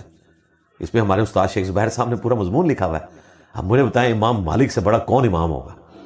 جو امام شافعی کے استاد ہیں، اور امام شافعی احمد بن حنبل کے استاد ہیں، اور احمد بن حنبل امام بخاری کے استاد ہیں، اور امام بخاری امام مسلم کے استاد ہیں۔ یعنی آپ سمجھ لیں ان سارے اماموں کے پرکھ ہیں امام مالک، اور وہ سخت نفرت کرتے تھے قاضی ابو یوسف سے، اور جسٹیفائی تھی، کیونکہ انہوں نے وہی عہدہ قبول کیا جو امام حنیفہ نے قبول نہیں کیا، اور ان کو جیل جانا پڑا اور زہر کا پیالہ پینا پڑ گیا۔ تو یہ ایک تلخ حقیقت ہے۔ اس لیے میرا خیال ہے ان باتوں کو ہم اتنے ہی انداز میں، اتنی ہی انٹینسٹی کے ساتھ بیان کرتے ہیں جو آپ کو چیزیں سمجھ آ رہی ہیں، ویسے وقت کے ساتھ سمجھ آ رہی ہیں اللہ کے فضل سے، الحمدللہ۔ حضرت علی کے متعلق کون سی کتابیں پڑھیں؟ سیدنا علی کی بایوگرافی کے اوپر ڈاکٹر علی سلابی کی کتاب ہے جو دارالاسلام والوں نے پرنٹ کی ہے۔ ڈاکٹر علی سلابی جو ہیں یوسف القرضاوی رحمہ اللہ تعالی، جنہوں نے مولانا مودودی کا جنازہ پڑھایا تھا اور 90 پلس کی ایج میں وہ فوت ہوئے ہیں، مفتی اعظم قطر، ان کے سب سے لائق سٹوڈنٹ ہیں اور اس دور کے سب سے بڑے ہسٹورین ہیں مسلمانوں کے، ڈاکٹر علی سلابی۔ انہوں نے خلفائے راشدین کے اوپر 4 کتابیں لکھی ہیں۔ سیدنا ابوبکر کے اوپر اتنی موٹی کتاب، سیدنا عمر، عثمان، علی، تو اس میں سیدنا علی کے اعتبار سے آپ کو ساری ڈیٹیلز مل جائیں گی۔ وہ کتاب ایک دارالاسلام والوں نے پرنٹ کی ہوئی ہے، آپ کو PDF فارم میں بھی مل جائے گا، باقی ہماری ویڈیوز بھی دیکھیں۔ سیدنا علی کے فضائل پہ اگر آپ نے پڑھنی ہے تو خصائص علی امام نسائی کی کتاب ہے، وہ آپ پڑھ سکتے ہیں۔ میں انڈیا میں رہتا ہوں اور یہاں آپ کو پتہ ہے کہ حنفی ہیں، تو میں آپ کو فالو کرنا چاہتا ہوں، آپ کا طالب علم بننا چاہتا ہوں، یہاں رہ کر میں کیسے کر سکتا ہوں؟ جیسا کوئی فقہی مسئلہ ہو تو بھائی ہر چیز ریکارڈ ہوگی ہے، باقی آپ ہمارے فالوور نہیں بنیں گے، آپ ہمارے اسٹوڈنٹ بنیں گے۔ طالب علم کا ورڈ درست ہے، فالو تو ہم نے نبی اسلام کو کرنا ہے، ہم بھی اپنی آخرت کی فکر میں۔ تو ہماری جو کرنٹ افیئر کے اوپر ویڈیو ہے وہ آلموسٹ منڈے یا ٹیوزڈے کو اپلوڈ ہو جاتی ہے، وہ آپ ریگولر دیکھا کریں، 1.5 سے 2 گھنٹے کی ہوتی ہے۔ اور کرنٹ افیئرز میں اس لیے ریکارڈ کرواتا ہوں تاکہ عام لوگوں کا دین میں کوئی انٹرسٹ رہے، ورنہ مجھے آپ بتائیں میں تمام ٹاپکس کے اوپر پچھلے آلموسٹ کوئی 17-18 سال میں بے شمار دفعہ بول چکا ہوں، اور ہمارے لاکھوں نہیں اب تو کروڑوں سٹوڈنٹس ہیں جن کو یہ چیزیں کلیئر ہو چکی ہیں، اور کروڑوں کا میں جو ورڈ استعمال کر رہا ہوں یہ مبالغے کے طور پہ استعمال نہیں کر رہا۔ ہمارے پاس کئی لوگ آئے ہیں وہ کہتے ہیں ہم تو LED کے اوپر دیکھتے ہیں، پورے گھر والے بیٹھ کے ایک جگہ ٹی وی لانچ میں 7-8 لوگ، اب سبسکرائب تو ایک بندے نے کیا ہوا ہے لیکن دیکھ رہے 8 ہیں، تو آپ ہمارے یہ 32 لاکھ سبسکرائبر نہ دیکھیں، اس کو آپ 10 سے ملٹیپلائی کریں تو 3 کروڑ بنتے ہیں۔ چلیں اس کو آپ بہت بھی محتاط کر لیں تو 2 کروڑ تو بنیں گے۔ اور شارٹ کلپس کے اوپر آپ جائیں، ریلز کے اوپر جائیں تو وہ تو پھر آپ کو پتہ ہے ہر جگہ انجینئر ہو رہی ہے۔ اور نبی اسلام کا رجز بلند ہے کہ میرے نبی صاحب ہے ہی کوئی نہیں، تیرے بابے تھے شاہی کوئی نہیں۔ تو کرنٹ افیئرس کے اوپر میں بولتا ہوں تاکہ عام لوگوں کو پتہ چلے کہ دین پریکٹیکل ہے آج کے دور کے اعتبار سے بھی، اور جو کوئی کرنٹ ایشو آتا ہے میں قرآن و سنت کی روشنی میں اس کا سلوشن سامنے رکھتا ہوں۔ اس طریقے سے علماء کی طرف سے کوئی چیزیں آتی ہیں میں اس کے اوپر بھی بولتا ہوں۔ باقی جو اختلافی موضوعات ہیں اس کے اوپر میں ویڈیوز ریکارڈ کروا کے آلموسٹ اب اس چیپٹر کو کلوز کر چکا ہوں، سوائے یہ کہ کبھی کبھار کوئی بولے تو ہم 2-4 باتیں اس کے اعتبار سے کر دیتے ہیں۔ تو آپ ہماری قرآن کلاسز جو ہیں وہ ضرور کور کریں، خصوصاً جو ہماری نئی والی قرآن کلاسز ہیں، ان میں نے پہلے 6 لیکچرز جو ہیں وہ قرآن کے تعارف کے اوپر 40 پوائنٹس کور کیے ہوئے ہیں۔ آپ درجنوں کتابیں قرآن کے تعارف پہ پڑھیں ایک طرف ہے، اور وہ میں نے اتنی محنت سے لیکچرز ریکارڈ کروائے تھے۔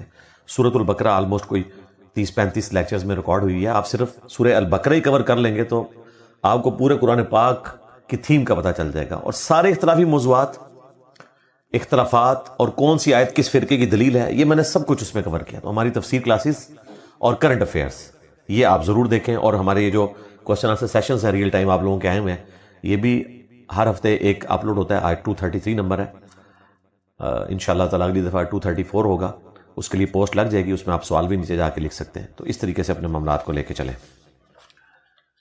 ایک شخص کوئی گناہ کر کے معافی مانگ لے اور دوسرا شخص اسی گناہ کی طاقت رکھتے ہوئے بھی خود کو روک لے تو کس کا درجہ بڑا ہوگا، کس کو زیادہ ثواب ملے گا؟ لاجیکلی تو ظاہر ہے کہ جس نے اپنے آپ کو گناہ سے روکا تو اسی کو زیادہ ثواب ملے گا۔ اگر آپ یہ کہیں کہ سورۃ الفرقان میں آیا کہ جو لوگ شرک سے، قتل ناحق سے، بدکاری سے توبہ کریں اللہ تعالیٰ اس کے گناہوں کو نیکیوں سے بدل دے گا، تو اس اعتبار سے تو جس نے جتنا بڑا گناہ کیا ہے تو اس کی نیکیاں اتنی زیادہ ہو جائیں گی بنسبت اس شخص کے کہ جس شخص نے گناہ کیے ہی نہیں ہے. تو یہ سوچنے کا ایک انداز ہے.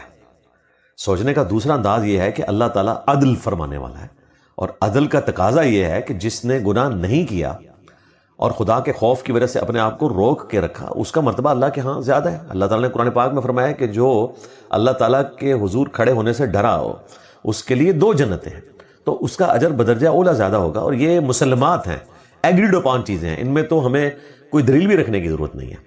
لیکن یہ بھی یاد رکھیے گا، اس امید کے اوپر گناہ کر لینا کہ میں بعد میں معافی مانگ لوں گا، یہ بھی ایک روٹین کے تحت اگر کوئی عمل کرتا ہے تو وہ اپنے ساتھ بھی مذاق کر رہا ہے، خدا کے ساتھ بھی مذاق کر رہا ہے. تو اس طرح کا معاملہ بھی نہیں ہونا چاہیے.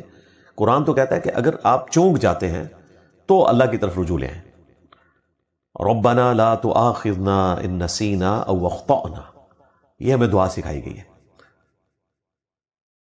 گندم کے دانوں پر عشر ہے، کیا ہم وہی دانے بیچ کے پیسے کسی غریب کو عشر کی بنا پر دے سکتے ہیں یا دانے ہی دینے ہوں گے؟ بہتر تو یہی ہے کہ آپ نے عشر ہی دینا ہے، گندم ہی دینی ہے. لیکن اگر آپ یہ سمجھتے ہیں کہ کسی شخص کی ضرورت پیسے ہے تو آپ درمیان کا راستہ اختیار کریں، اسے گندم دیں.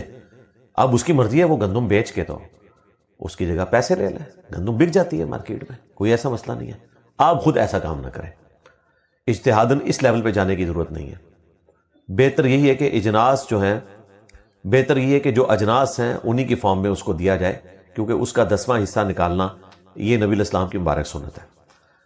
لیکن جو ہم صدقہ فطر ادا کرتے ہیں، جو بخاری مسلم میں آیا کہ نبی الاسلام نے گھر کے ہر فرد کی طرف سے، خواہ وہ چھوٹا ہو، بڑا ہو، غلام ہو، اسی دن پیدا ہونے والا بچہ ہو، مرد ہو، عورت ہو، 1 سا جو ہے وہ گندم یا پنیر یا جو کوئی بھی جنس جو ہے وہ مقرر فرمائی ہے.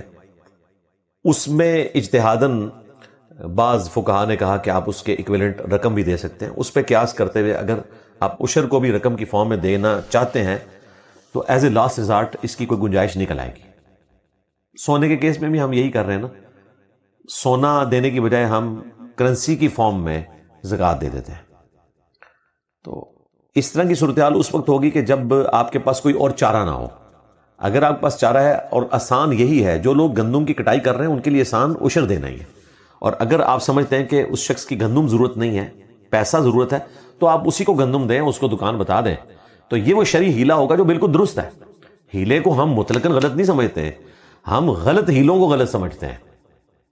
جس طرح فقہ حنفی والوں نے ہیلہ کیا ہوا ہے کہ اگر کسی عورت کے پاس زیور موجود ہے اور وہ زکوٰۃ کے نصاب کو کراس کیے ہوئے 10 تولے ہے، تو جب سال اس کا پورا ہونے والا ہو تو 1 دن پہلے وہ اپنے خاوند کو گفٹ کر دے، تو سال پورا ہی نہیں ہوا.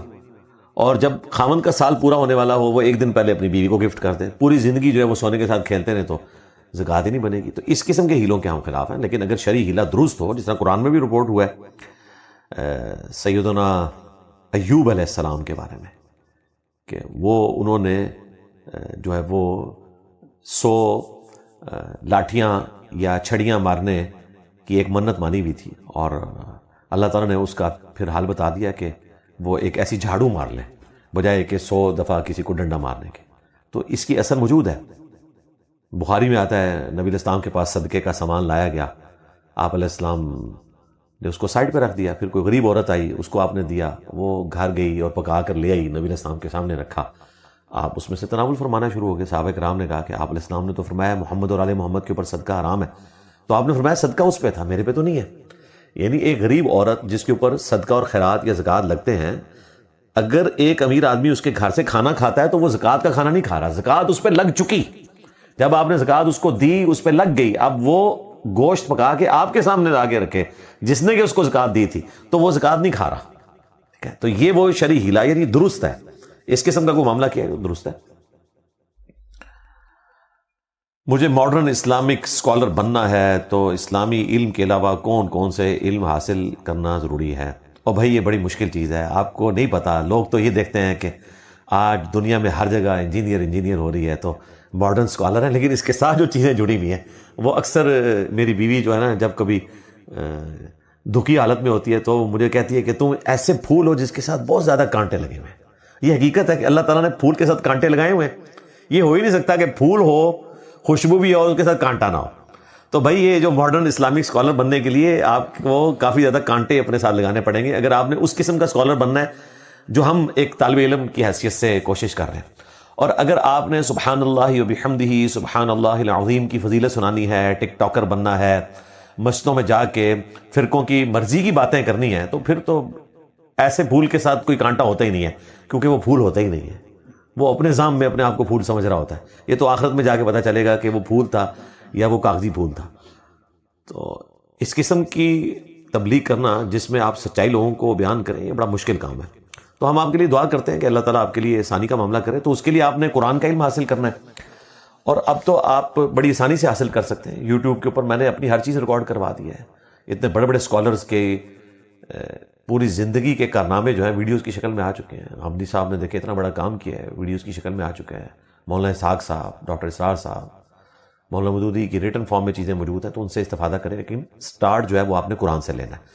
قرآن کا ترجمہ اور تفسیر کور کریں پہلے، اس کے بعد بخاری مسلم پڑھیں، اور اس کے بعد پھر آپ اختلافی موضوعات کے اوپر، کرنٹ افیئرس کے اوپر میری ویڈیوز دیکھیں، اور قرآن پاک کی جو تفسیر میں نے ریکارڈ کروائی ہے اس کو آپ دیکھیں، تو انشاءاللہ آپ کے لیے آسانی ہو جائے گی.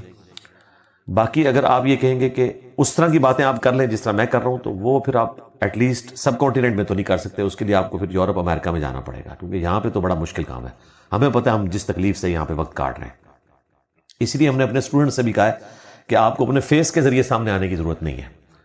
آپ ویڈیوز ہماری شیئر کروائیں اگر فیس کی شکل میں کروانا چاہتے ہیں. ادروائز ویڈیوز میں سے قرآن پاک کی آیات اور احادیث لکھ کے وہ آپ شیئر کروائیں، تو آپ کو پتہ چل جائے گا کہ یہ لوگ میری شکل سے نہیں چڑھتے، قرآن و سنت سے چڑھتے ہیں. آپ ان کو میرے ویڈیو کی فارم میں احادیث بیان کرتے ہوئے کلپس دکھانے کی بجائے وہی احادیث اور آیات لکھ کے فیس بک کے اوپر، واٹس ایپ پہ شیئر کروا دیں، تو دیکھیں ان کو تکلیف شروع ہو جائے گی. میں نے دعویٰ کیا ہے کہ آپ کسی اہل حدیث کی مسجد میں محرم کے مہینے میں اتنا بڑا بینر لگا لیں جس پہ لکھا ہو کہ علی سے محبت نہیں رکھے گا مگر مومن، علی سے بغض نہیں رکھے گا مگر منافق، اور نیچے لکھیں صحیح مسلم حدیث نمبر 240. کچھ اور لکھنے کی ضرورت نہیں ہے. شام تک وہاں گڑبڑ شروع نہ ہو تو آپ مجھے آگے پکڑ لیجئے گا، تماشا لگ جائے گا. حالانکہ حدیث کی کتاب بھی اہل سنت کی ہے، کوئی کنٹروورشل چیز نہیں رکھی ہوئی، نبی الاسلام کا فرمان ہے. لیکن آپ کو پتہ چل جائے گا کہ اہل حدیث سے چڑھنا شروع کر دیں گے. اسی طریقے سے آپ بریلوی دیوبندیوں کی فقہ کی کتابوں میں جو کچھ لکھا ہوا ہے اس کا چھوٹا سا نمونہ اگر آپ وہاں پہ لگا دیں تو وہاں پہ گڑبڑ شروع ہو جائے گی. مولانا مودودی رحمہ اللہ نے جب خلافت و ملوکیت لکھی تو یہاں پہ آگ لگ گئی. دیوبند میں انہوں نے خط لکھا. وہاں مفتی عامر عثمانی صاحب رحمہ اللہ تعالی، جو شبیر احمد عثمانی جنہوں نے محمد علی جناح کا جنازہ پڑھایا تھا، ان کے وہ بھتیجے لگتے تھے، اور تجلی دیوبند نکلتا تھا دیوبند سے ان کا ماہنامہ. ان کی ڈیوٹی لگائی گئی کہ آپ نے خلافت و ملوکیت کا جواب لکھنا ہے. انہوں نے جب خلافت و ملوکیت پڑھی تو انہوں نے کہا اگر تو مودودی صاحب نے جو کچھ لکھا ہے یہ اپنی طرف سے لکھا ہے تو ان سے بڑا کوئی گمراہ نہیں ہے، میں ان کا جواب دوں گا. اور اگر واقعتاً جو انہوں نے ریفرنسز دی ہیں، جو یہ پبلک میں کہتے ہیں تاریخی روایتیں لکھی ہیں، تاریخ انہوں نے کیا شیعہ کی لکھی ہے، اہل سنت کے اماموں کی تاریخ لکھی ہے، اور اس سے بڑھ کر احادیث کے ریفرنسز دیے میں بخاری مسلم کے، ہمیں بدنام کر دیا. اور انہوں نے کہا کہ اگر یہ انہوں نے اہل سنت کی کتابوں سے جو ریفرنسز دیے درست ہیں تو ان سے بڑا کوئی عالم نہیں ہے. 6 مہینے تک انہوں نے اپنے آپ کو کمرے میں بند کر لیا، صرف ٹوائلٹ کے لیے، نمازوں کے لیے باہر نکلتے تھے. کھانا پینا بھی ان کو وہاں دیا جاتا تھا. وہ لائبریری میں بند رہے، اور پھر 700 صفحوں کے اوپر انہوں نے خلافت و ملوکیت کا دفاع لکھا، جو آج تک ان کے گلے میں کانٹا موجود ہے. اس میں انہوں نے وہ چیزیں فقہ حنفی سے ایکسپلور کی. انہوں نے کہا کہ آپ یہ کہتے ہو کہ مولانا مودودی نے حضرت عثمان غنی رضی اللہ تعالیٰ عنہ کے گورنروں کے اوپر نقد کی ہے کہ ان کی وجہ سے سیدنا عثمان شہید ہوئے، تو وہ تو بخاری میں موجود ہے کہ ان کے گورنروں کی شکایت مولا علی کے پاس آئی تو انہوں نے حضرت عثمان کو کہا کہ آپ نبی الاسلام نے جو تحریر لکھوائی تھی، یہ حدیث کا نمبر بخاری میں 3111 ہے، کھول کے پڑھ لیں، میں نے کربلا والے ریسرچ پیپر میں اس کو نقل کیا. ان کو حکم دے کہ اس کے مطابق مال غنیمت تقسیم کیا جائے. تو محمد بن حنفیہ جو ہیں وہ جب لے کے پہنچے یہ چیز حضرت عثمان کے پاس، تو انہوں نے کہا کہ مجھے اس تحریر کی کوئی حاجت نہیں ہے. اور محمد بن حنفیہ واپس آئے. انہوں نے اپنے والد علی بن ابی طالب سے کہا کہ وہ حضرت عثمان نے تو تحریر واپس کر دی ہے. تو حضرت علی نے کہا کہ یہ جہاں سے تحریر اٹھائی تھی وہیں پہ واپس رکھ دو. حضرت علی رضی اللہ تعالیٰ نے اس پہ کوئی کمنٹس بھی پاس نہیں کیے, صرف حکمران کی اصلاح کی کوشش کی کہ آپ اپنے گورنروں کو بتائیں کہ یہ اپنے لیے مصیبت نہ کھڑی کریں, عوام ان کے خلاف ہو رہی ہے. اور وہی ہوا کہ وہ نہ صرف خلاف ہوئی کہ انہوں نے پھر خلیفہ وقت کو بھی شہید کر دیا. تو محمد بن انفیہ کہتے ہیں اگر میرے باپ نے مخالفت کرنی ہوتی نا حضرت عثمان کی تو اس دن کرتے جس دن حضرت عثمان نے حضرت علی کی وہ تحریر جو نبی الاسلام کی لکھوائی ہوئی تھی کہ کس طریقے سے مال غنیمت کو تقسیم کرنا ہے پبلک میں, وہ واپس کر دی تھی. اب مجھے بتائیں یہ بخاری شریف ہے, یہ مودودی شریف نہیں ہے. اب اس طرح کی ساری چیزیں, اس میں پھر ویلیو ایڈیشن کی مفتی عامر عثمانی نے, انہوں نے کہا ذرا فقہ حنفی کی کتابیں تو اٹھا کے پڑھو. شروع سے لکھا جا رہا ہے کہ آپ نے مال غنیمت کو, بیت المال کو اس طریقے پہ عوام الناس میں تقسیم کرنا ہے جو ابو بکر اور عمر کا طریقہ ہے, نہ کہ اس طریقے پہ کہ جو حضرت عثمان کا طریقہ ہے. اب یہ مودودی صاحب کی پیدائش سے بھی 1000 سال پہلے فقہ حنفی کے علماء جو کچھ لکھ کے گئے ہیں, ان کو مودودی صاحب نے پیدائش سے پہلے بتا دیا تھا کہ حضرت ابو بکر اور عمر کے بتائے ہوئے طریقے کے مطابق, کیونکہ وہ نبی اسلام کے طریقے پہ مال غنیمت کو یا بیت المال میں جو وظائف ہیں وہ تقسیم کرتے تھے, وہ کیا جائے گا. حضرت عثمان کے طریقے کو اڈاپٹ نہیں کیا جائے گا. یہ تو فقہ حنفی کتابوں میں لکھا ہے. تو مفتی عامر عثمانی نے وہ سارا کچھ لکھا, انہوں نے کہا یار مودودی صاحب نے تو نئی بات نہیں کیا, لیکن انہوں نے اس کو جو ہے وہ اس اعتبار سے پیش کیا. پھر ہمارے استاد ڈاکٹر سراج صاحب رحمہ اللہ بغیر دلیل کے انہوں نے مودودی صاحب کے خلاف ویڈیو بھی ریکارڈ کروا دی, کوئی دلیل نہیں دی, صرف ایک دیوبندیوں کے زیر اثر انہوں نے ان سے اپنے آپ کو لادہ کرنے کے لیے یہ بات کر دی کہ جی وہ جو کچھ حضرت عثمان کے بارے میں لکھا, حالانکہ ان کو پتہ ہی نہیں کہ جو کچھ لکھا ہے وہ ریالٹی ہے. حضرت عثمان غنی خلیفہ راشد ہیں, قطعی جنتی ہیں, نبی اسلام کے وہ داماد ہیں, ذو النورین ہیں, لیکن پیغمبر نہیں ہیں. ان سے کچھ چیزیں ایسی ہوئیں اور گورنروں نے پھر جو کچھ کیا وہ حضرت عثمان کی خواہش نہیں تھی, لیکن گورنروں نے اس میں مزید خرابیاں ایسی پیدا کی کہ حضرت عثمان کے خلاف لوگوں کے, اور یہ ہے شہادت عثمان کے اصلی اسباب. ٹاپک کہاں سے کہاں نکل جاتا ہے, میں کوشش کرتا ہوں جو اس وقت شرح صدر ہو رہا ہے میں وہ آپ کے سامنے رکھ دوں تاکہ آپ کو پتہ چل جائے کہ یہ معاملہ کتنا مشکل ہے دعوت و تبلیغ کا کام کرنا. ایک عورت شادی ختم کرنے کا کیا طریقہ اختیار کر سکتی ہے؟ مطلب یہ ہے کہ کوئی ضرورت پڑ گئی ہے, ورنہ تو سنن ابی داؤد جامع ترمذی میں حدیث ہے جو کوئی عورت بغیر وجہ کے طلاق لے گی تو قیامت والے دن وہ جنت کی خوشبو بھی نہیں پائے گی. یہ بڑا سینسٹیو معاملہ ہے. اور وائس ورثہ بھی ہے کہ اگر کوئی مرد بھی اپنی عورت کے ساتھ کوئی زیادتی کرتا ہے تو اس کے اوپر بھی یہ چیز اپلائی ہوگی. اللہ کی صفت عدل کا تقاضا ہے. ہاں اگر مرد ظلم کرتا ہے تو آپ کورٹ کا راستہ اختیار کریں گے الٹیمیٹلی, لیکن اس سے پہلے قرآن میں آیا کہ ایک حکم مرد کی طرف سے ایک عورت کی طرف سے بیٹھے گا اور وہ پیچ اپ کرنے کی کوشش کریں گے تو اللہ تعالیٰ کو راستہ نکال دے گا. اس کے باوجود اگر راستہ نہیں نکلتا تو پھر آپ کورٹس میں جائیں اور اس میں بھی ون سائیڈڈ کھلا نہ لیں, یعنی اس میں سمجھ جانے چاہیے واقعتاً. اور اگر وہ بدماش قسم کا شوہر ہے, جان بوجھ کے پیش نہیں ہو رہا, تو پھر ون سائیڈڈ اگر عدالت ڈیسائیڈ کر دیتی ہے اس کے اوپر پھر کوئی گلا شکوہ نہ کرے. ہم فقہ حنفی کے اس مسئلے کو درست نہیں سمجھتے کہ 90 سال تک عورت انتظار کرے گی یا 120 سال تک. امام حنیفہ کا قول ہے, شاگردوں نے 30 سال کم کر کے 90 کر دیا.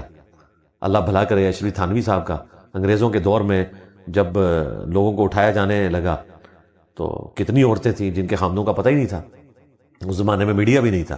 تو پھر انہوں نے کہا کہ یار اب ہم اپنے بزرگوں کے ان فتوے سے پیچھے ہٹیں, 90 سال اور 120 سال. امام مالک کے قول کے مطابق فتویٰ دیں 4 سال. تو ہم تو کہتے ہیں 4 سال کی بھی ضرورت نہیں ہے. آج کل تو اس ماڈرن دور میں بڑی آسانی سے آپ بندے کو لوکیٹ کر سکتے ہیں, اس کا زندہ یا مردہ ہونا. تو اجتہاداً اس کو بھی کام کیا جا سکتا ہے. تو اس اعتبار سے اگر کوئی معاملہ ہو تو وہ علیحدہ بات ہے. عدت کے اوپر میری ویڈیو تفصیلاً ریکارڈ موجود ہے, وہ آپ دیکھ سکتے ہیں.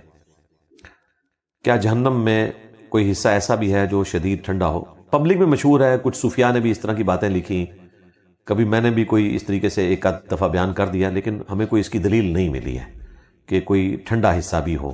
لوگوں نے کرالریز بنا کے اس طریقے سے بیان کرنے کی کوشش کی ہے, لیکن واضح کوئی آیت اور حدیث اس حوالے سے موجود نہیں ہے.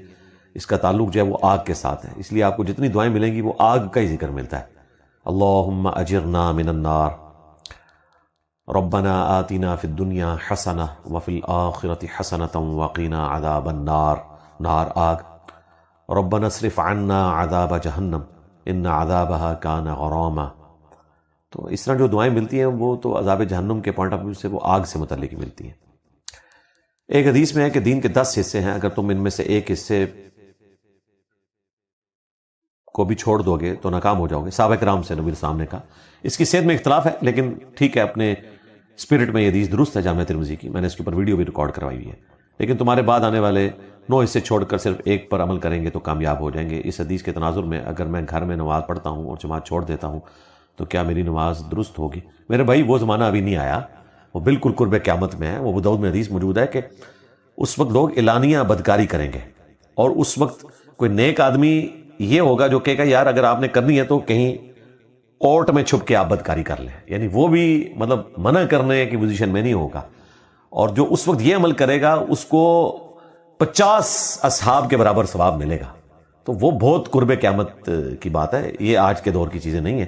باقی آپ میری ویڈیو دیکھ لیں اس حوالے سے، کیا تبلیغی جماعت گستاخ صحابہ ہے، اس ٹائٹل کے ساتھ ویڈیو اپلوڈ ہے جس میں یہ تبلیغی جماعت والے جو ترمذی کی روایت بیان کرتے ہیں میں نے اس کو ایڈریس کیا۔ حج تمتع کی طرح امام علی علیہ السلام نے اپنی خلافت کے دوران تراویح کی نماز کو کیوں نہیں روکا؟ حج تمتع کو روکا نہیں تھا، بحال کیا۔ میرا خیال آپ یہ کہنا چاہ رہے ہیں کہ جس طرح حج تمتع کو سیدنا عمر نے پولیٹیکل ڈیسیژن کی وجہ سے بند کر دیا تھا اور اس کے بعد حضرت عثمان نے بھی کیا۔ بخاری مسلم میں مروان خود یہ روایت بیان کر رہا ہے کہ میں اس مجلس میں موجود تھا، اور بتا رہا ہے امام زین العابدین کو، امام حسین کے بیٹے کو۔ اچھا، امام حسین علیہ السلام کے 3 بیٹے ہیں، تینوں کے نام علی ہیں، اس کے علاوہ بھی بیٹے ہیں لیکن 3 بیٹے ایسے جن کے نام علی ہیں۔ علی اکبر بڑے والے علی، علی اصغر چھوٹے والے، یہ دونوں وہ ہیں جو کربلا میں شہید ہوئے ہیں، اور ایک ہے علی اوسط درمیان والے علی۔ علی اوسط جو ہے نا وہ امام زین العابدین ہے، اس لیے آپ کو بخاری مسلم میں ان کا نام ملے گا علی بن حسین بن علی۔ امام زین العابدین کا نام ہے علی بن حسین۔ بخاری مسلم میں جہاں آپ کو نظر آئے نا علی بن حسین تو آپ سمجھ لیں یہ امام زین العابدین ہے، اور یہ ہیں علی اوسط۔ علی اکبر جو تھے ان کے بڑے بھائی وہ شہید ہو گئے کربلا میں، اور علی اصغر جو چھوٹے تھے ان کو بے دردی سے شہید کیا گیا، اور یہ بیمار تھے، یہ خیمے میں تھے، اور اللہ تعالیٰ نے ان کے ذریعے اہل بیت کی نسل کو چلانا تھا، ان کی اللہ تعالیٰ نے حفاظت فرمائی۔ تو یہ امام زین العابدین علیہ السلام کو خود مروان یہ حدیث بیان کر رہا ہے کہ میں اس مجلس میں موجود تھا کہ جب حضرت علی نے حضرت عثمان کی مخالفت کی، یہ بخاری مسلم دونوں میں حدیث ہے، میں نے کربلا والے ریسرچ پیپر میں بھی ڈالی ہے، اور انہوں نے حج تمتع کو روکا تو حضرت علی نے کہا کہ میں کسی شخص کی وجہ سے نبی الاسلام کی سنت کو نہیں چھوڑ سکتا، خواہ اے امیر المومنین آپ ہی کیوں نہ ہو۔ اور پھر انہوں نے حج اور عمرے کی اکٹھی نیت کی، نبی الاسلام نے حج اور عمرہ اکٹھا کیا تھا حج قران کی شکل میں۔ تو تمتع جو ہے وہ قران کی شکل میں بھی ہوتا ہے کہ آپ ایک ہی سفر میں حج اور عمرہ اکٹھا کر لیتے ہیں، لیکن اس میں چونکہ نبی الاسلام قربانی کا جانور لے آئے تھے، بخاری مسلم میں آتا ہے آپ نے فرمایا اگر مجھے پہلے پتا ہوتا تو میں قربانی کا جانور نہ لاتا، کیونکہ آیات نازل ہوئی کہ آپ جو قربانی کا جانور لائیں ہیں وہ احرام نہیں کھولیں گے جب تک کہ قربان گاہ تک قربانی نہ پہنچ جائے۔ تو نبی الاسلام نے حج اور عمرہ جو ہے وہ ایک ہی احرام میں کیا، لیکن صحابہ کو آپ نے حکم دیا کہ جو قربانی کا جانور نہیں لایا وہ اپنا احرام کھول دے تاکہ امت کے لیے آسانی ہو جائے نا، پھر حج کے دنوں میں دوبارہ باندھ لے، ورنہ تو اتنے دن انتظار کرنا پڑنا تھا۔ اور جن لوگوں نے احرام نہیں کھولا تو نبی الاسلام نے فرمایا کہ وہ میرے نافرمان ہیں۔ اور پھر جب صحابہ کرام نے پوچھا کہ یہ آسانی اس سال کے لیے یا ہمیشہ کے لیے، تو آپ نے فرمایا قیامت تک کے لیے حج عمرے میں اس طرح داخل ہو گیا جس طرح یہ میری انگلیاں۔ نبی الاسلام نے یوں کر کے بتایا، کیونکہ مشرکین عرب حج کے دنوں میں عمرہ کرنے کو گناہ سمجھتے تھے، نبی الاسلام نے اس رسم کو ختم کیا، کیونکہ میری امت دور سے آئے گی، نبی الاسلام کو درد تھا اس چیز کا، تو ایک ہی سفر میں دونوں کام وہ کر لیں بجائے اس کے کہ ان کو بار بار سفر کرنا پڑے۔ حضرت عمر نے اپنے دور میں بندی لگائی، اور مسلم شریف میں بڑے سخت الفاظ ہیں عمران بن حسین صحابی کے، وہ کہتے ہیں کہ نہ کوئی آیت نازل ہوئی ہے رسول اللہ کے بعد، نہ کوئی وحی نازل ہوئی ہے، یہ جو کچھ کیا اس شخص نے کیا۔ حضرت عمر کے لیے انہوں نے بڑے سخت لفظ استعمال کیے کہ یہ اس نے فیصلہ کیا، اور دیکھیں عمر نے قبول نہیں کیا۔ حضرت عثمان نے بھی بندی لگائی، نہیں عمر نے قبول کی۔ حضرت علی نے سنت بحال کی، آج تک حج تمتع بحال ہے۔ حضرت معاویہ نے کوشش کی، ترمذی میں آتا ہے، لیکن امت نے اس طرح ایکسیپٹنس اس کو نہیں دی۔ آج دنیا میں 95% کیا آلموسٹ 99.9% لوگ جو ہیں وہ حج تمتع ہی کرتے ہیں، یعنی ایک ہی سفر میں عمرہ اور حج کو جمع کرتے ہیں۔ تو یہ حضرت علی کو اس کا ثواب مل رہا ہے کہ انہوں نے اس سنت کو بحال کیا، الحمدللہ۔ باقی جو حضرت عثمان حضرت عمر نے کیا، اللہ تعالیٰ ان کی غلطیوں سے درگزر فرمائے، ان کے لیے ہم دعائیں خیر کرتے ہیں۔ کوئی بدنیت ہی نہیں تھی، ایک پولیٹیکل ڈیسیژن تھا ان کا اور اللہ کا معاملہ ہے۔ ان کی غلطیاں جو ہیں اس کی بنسبت ان کی جو اسلام کے لیے خدمات ہیں ان کی غلطیوں پہ حاوی ہیں۔ لیکن اگر آپ مجھ سے پوچھیں تو میں ہمیشہ کہتا ہوں کہ سیدنا ابو بکر اور سیدنا علی یہ 2 ایسے خلفاء ہیں کہ جن کی خلافت میں آپ کو چیزیں سنت کے ایگزیکٹ مطابق ملیں گی، کیونکہ یہ لوگ بولڈ ڈیسیژن نہیں کیا کرتے تھے اس طرح کے۔ اور یہی وجہ ہے کہ آپ دیکھیں حضرت ابوبکر نے تراویح کی جماعت بھی نہیں کروائی، کہ ان کا نبی اسلام نے اس طرح چھوڑا ان اٹینڈڈ کے لوگ ٹولیوں کی شکل میں پڑھتے ہیں اسی طرح پڑھتے ہیں، یعنی وہ اتنی سنت کی پیروی کرنے والے تھے. اسی وجہ سے پھر ان سے مس ہینڈلنگ بھی بہت کم ہوئی. تو تراویح والا معاملہ جو ہے وہ اگر حضرت علی نے نہیں روکا تو اس کا مطلب یہی ہے کہ تراویح سنت ہے. یہ تراویح کو جس طرح کراچی میں بیٹھے ہوئے ایک مفتی صاحب جو اپنے آپ کو سنی کہتے ہیں لیکن اس وقت پریکٹیکلی وہ آلموسٹ یہی ہو چکے ہیں، میرے لیے قابل احترام ہے اور میں ان کی جو پازیٹیو چیزیں ہیں ان کی قدر کرتا ہوں، محبت کی نگاہ سے دیکھتا ہوں ان کو، اس لیے میں ان کا نام بھی نہیں لے رہا. تو انہوں نے کہا کہ جی وہ سیدنا عمر نے کہا کہ تراویح کی جماعت جب شروع کروائی 2010 نمبر حدیث بخاری کی انہوں نے پیش کی، تو تراویح کی جماعت شروع کروا کے وہاں سے چلے گئے اور سیدنا عمر نے کہا کہ اس وقت جو لوگ گھروں میں سوئے ہوئے ہیں وہ زیادہ بہتر ہیں بنسبت ان لوگوں کے جو اس وقت جماعت سے نماز پڑھ رہے ہیں. اور انہوں نے کہا کہ اس سے ثابت ہوتا ہے کہ حضرت عمر بھی اس جماعت کو پسند نہیں کرتے تھے. پارشلی بات درست ہے کہ سیدنا عمر افضل سمجھتے تھے کہ تراویح کی جو نماز ہے وہ گھر میں ادا کی جائے، لیکن جواز کے لیے انہوں نے نبی الاسلام کی سنت کو رینیو کیا، کیونکہ بخاری مسلم میں آتا ہے کہ 3 دن تو نبی الاسلام نے پڑھی تھی نا، اس کے بعد حرام نہیں فرمائی بلکہ آپ نے فرمایا کہ مجھے خدشہ ہے کہ فرض نہ ہو جائے، بس اتنا کہا. اور ظاہر حضور کی وفات کے بعد تو وہی نازل نہیں ہونی تھی، تو سیدنا عمر نے اس سنت کو اسٹیبلش کیا. لیکن یاد رکھیے گا نبی الاسلام کی مبارک زندگی میں بھی، سیدنا ابوبکر کے دور میں بھی، حضرت عمر کے بھی سٹارٹ کے دور میں بھی ٹولیوں کی شکل میں تراویح کی نماز ہوتی تھی. بخاری میں موجود ہے کہ ٹولیوں کی شکل میں. تو حضرت عمر نے کہا کہ میں مختلف اماموں کی بجائے ایک امام کیوں نہ مقرر کروں. تمیم داری کو مقرر کیا اور ابی ابن کعب کو، جس طرح نبی الاسلام بھی اکیلے امام تھے. اس زمانے میں سب کو قرآن نہیں آتا تھا، مصحف بھی سب کے پاس نہیں تھے، کاغذ کی صنعت نہیں تھی مسلمانوں کے پاس. تو جس کو قرآن زبانی آتا تھا تو وہ امام بن جاتا تھا، 8-10 بندے اس کے پیچھے کھڑے ہو کے قرآن سنتے تھے. عربی میں تھا اس لیے ترجمے کا تو مسئلہ ہی کوئی نہیں تھا، تو وہ تو انجوائے کرتے تھے، پوری رات تراویح پڑھتے تھے. الموطا امام مالک میں تو آتا ہے کہ ہم آلموسٹ ختم سری کے وقت تراویح سے فارغ ہوتے تھے، اتنا مزہ آتا تھا قرآن سننے کا. ٹھیک ہے، انجوائے کرتے تھے کیونکہ لینگویج کا بیریئر کوئی نہیں تھا نا، تو اس لیے پھر وہ شوق سے سنتے تھے. تو سیدنا عمر نے ایک امام مقرر کیا اور نبی الاسلام کی سنت کو رینیو کیا. اور جو یہ الفاظ ہیں نا کہ جو سوئے میں ہیں وہ بہتر ہیں، اس میں ساتھ یہ الفاظ ہیں کہ سوئے ہوئے وہ لوگ جو آخری پیر میں گھر میں پڑھتے ہیں وہ بہتر ہیں، یہ نہیں کہ جو تراویح نہیں پڑھتے وہ بہتر ہے. لو سامو. تو میں نے اسی وقت جواب دیا تھا کہ مفتی صاحب یہ نہ کریں، آپ پوری بات کریں. ہم بھی کہتے ہیں کہ گھر میں پڑھنا افضل ہے، آخری پیر میں پڑھنا افضل ہے. بخاری مسلم میں حدیث ہے، نبی الاسلام نے فرمایا کہ مرد کی سب سے افضل نماز فرض کے بعد وہ ہے جو اپنے گھر میں پڑھتا ہے. اور ایک اور حدیث ہے بخاری مسلم میں کہ نبی الاسلام نے فرمایا کہ گھروں کو قبرستان نہ بناؤ، اپنی فرض نمازوں کے علاوہ جو نماز ہے نفلی نماز اس کا کچھ نہ کچھ حصہ گھروں میں ادا کرو.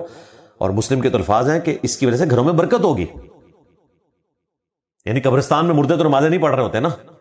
ویسے تو ثابت ہے کہ جو نیک مردے ہیں اللہ تعالیٰ ان کو آخرت کی زندگی میں بھی نماز پڑھنے کی اجازت دیتا ہے، وہ میں نے اس پہ الگ سے میری ویڈیو ریکارڈ ہے. لیکن پریکٹیکلی تو آپ کو باہر نکل کے کوئی جماعت کرواتے ہوئے نظر نہیں آ رہے ہوتے نا. تو گھروں کو قبرستان نہ بناؤ.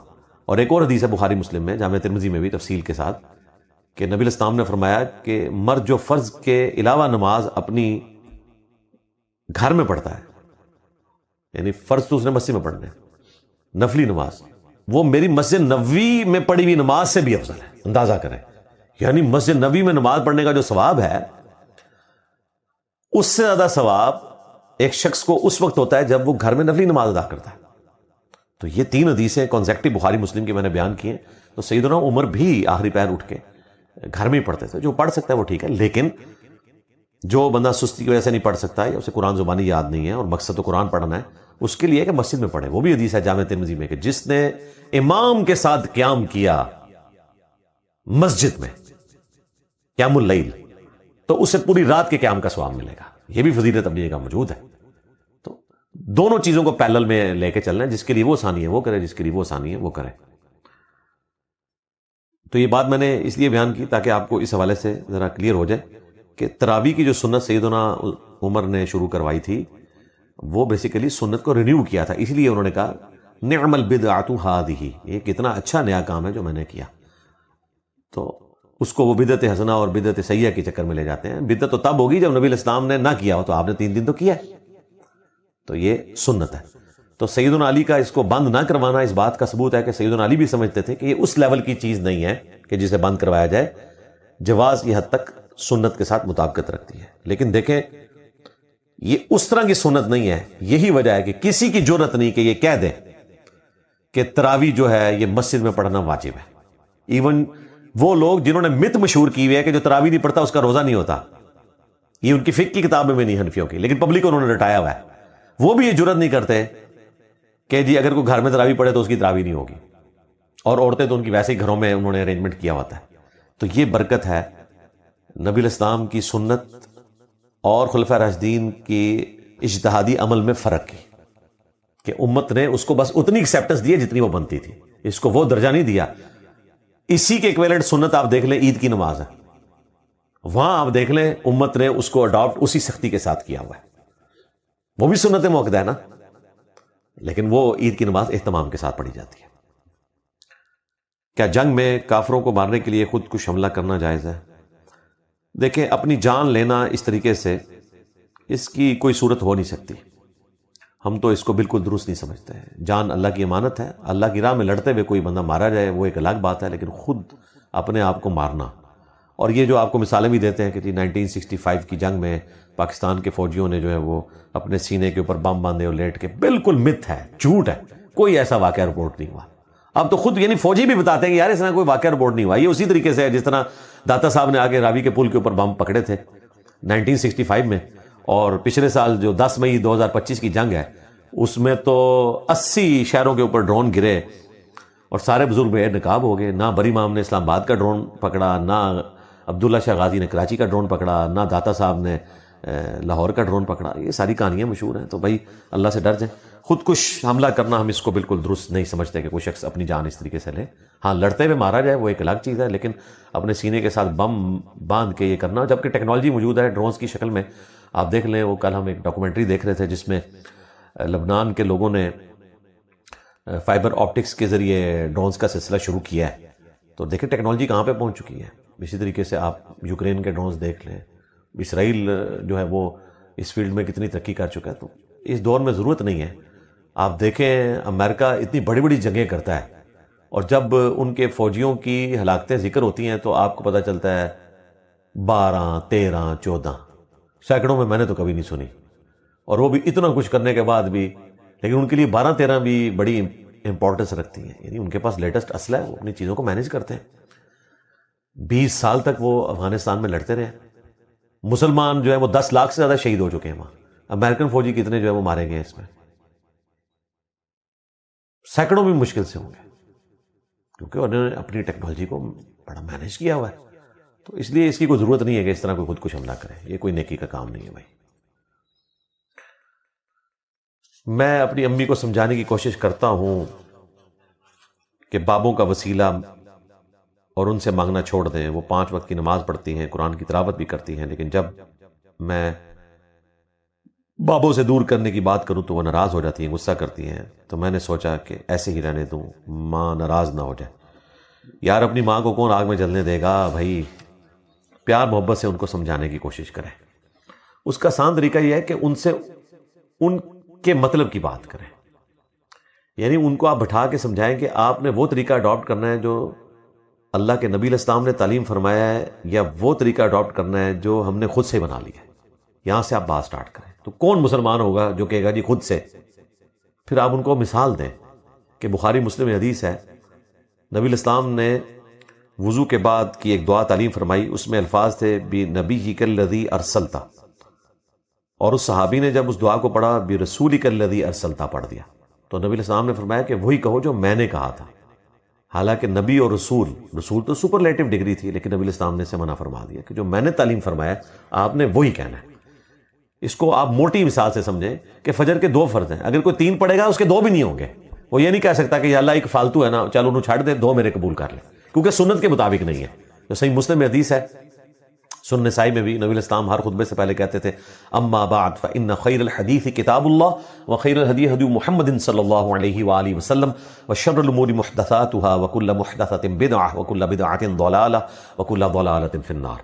آگاہ ہو جاؤ کہ سب سے بہترین کلام اللہ کی کتاب ہے اور سب سے ہدایت یافتہ راستہ محمد صلی اللہ علیہ وآلہ وسلم کا ہے، اور بدترین کام وہ ہیں جو دین میں خود سے جاری کیے جائیں. یہ تمام کام جو ہیں وہ بدعتیں ہیں، تمام بدعتیں گمراہیاں ہیں، تمام گمراہیاں جہنم میں لے جانے والی ہیں. تو نبی الاسلام کے طریقے سے ہٹ کے کوئی اچھائی کا کام بھی کیا جائے گا اس میں ایڈیشن کے طور پہ، تو اس کا ثواب نہیں ہونا، الٹا جو آپ نے اچھائی کی ہے وہ بھی فارغ ہو جائے گی. تو یہ آپ پہلے گراؤنڈ بنائیں اور اس کے بعد آپ بتائیں کہ نبی علیہ السلام نے دعاؤں کی قبولیت کے لیے ہمیں طریقہ سکھایا ہے. جامع ترمذی میں حدیث ہے، نبی علیہ السلام نے ایک صحابی کو آبزرو کیا کہ اس نے ڈائریکٹ دعا مانگی، تو نبی علیہ السلام نے فرمایا سائل نے جلدی کی، پھر آپ نے اس کو بلا کے دعا کا طریقہ تعلیم فرمایا. اسی دوران ایک دوسرا شخص آیا، اس نے پہلے اللہ کی حمد بیان کی، اس کے بعد درود شریف پڑھا اور پھر دعا مانگی. تو نبی علیہ السلام نے کہا سل تعطا، مانگ تجھے دیا جائے گا، مانگ تجھے دیا جائے گا. اور دوسرے شخص کو کہا کہ جب تم دعا کرنے لگو پہلے اللہ کی حمد بیان کرو، پھر مجھ پر درود شریف پڑھو اور اس کے بعد اللہ کی طرف متوجہ ہو، اللہ تعالیٰ قبول کرے گا. اور یہی نماز میں ترتیب ہے، ہم پہلے اللہ کی حمد بیان کرتے ہیں، التحیات للہ والصلوات والطیبات، پھر سلام عرض کرتے ہیں السلام علیک ایھا النبی ورحمۃ اللہ وبرکاتہ، اس کے بعد درود شریف پڑھتے ہیں اور اینڈ پہ جا کے دعائیں مانگتے ہیں. تو یہ ترتیب ہے. تو دعاؤں کی قبولیت کے لیے آپ وہ طریقہ اڈاپٹ کریں جو نبی الاسلام نے تعلیم فرمایا. صحیح مسلم میں حدیث ہے جو اذان کا جواب دے، یعنی مؤذن کے کلمات کو ریپیٹ کرے اور اس کے بعد ایک دفعہ درود شریف پڑھے اور اس کے بعد الوسیلہ والی دعا مانگے تو میری شفاعت اس کے لیے حلال ہو جائے گی. تو یہ طریقہ ہے شفاعت رسول حاصل کرنے کا صلی اللہ علیہ وآلہ وسلم. اور درود شریف جو ہے وہ مکمل پڑھا کریں، اللہم صلی علی محمد وعلی آل محمد. سنن نسائی میں حدیث ہے نبی علیہ السلام نے ایک صحابی کو وصیت کی کہ مجھ پر درود لازم کر لو اور اپنی دعاؤں میں خصوصاً کہا کرو اللہم صلی علی محمد وعلی آل محمد. یہاں پہ لوگ کہتے ہیں جی ہم عاشق اہل بیت ہیں، جی ہم عاشق رسول ہیں، اور درود پڑھ رہے ہوتے ہیں سلعم یا صلی اللہ علیہ وسلم.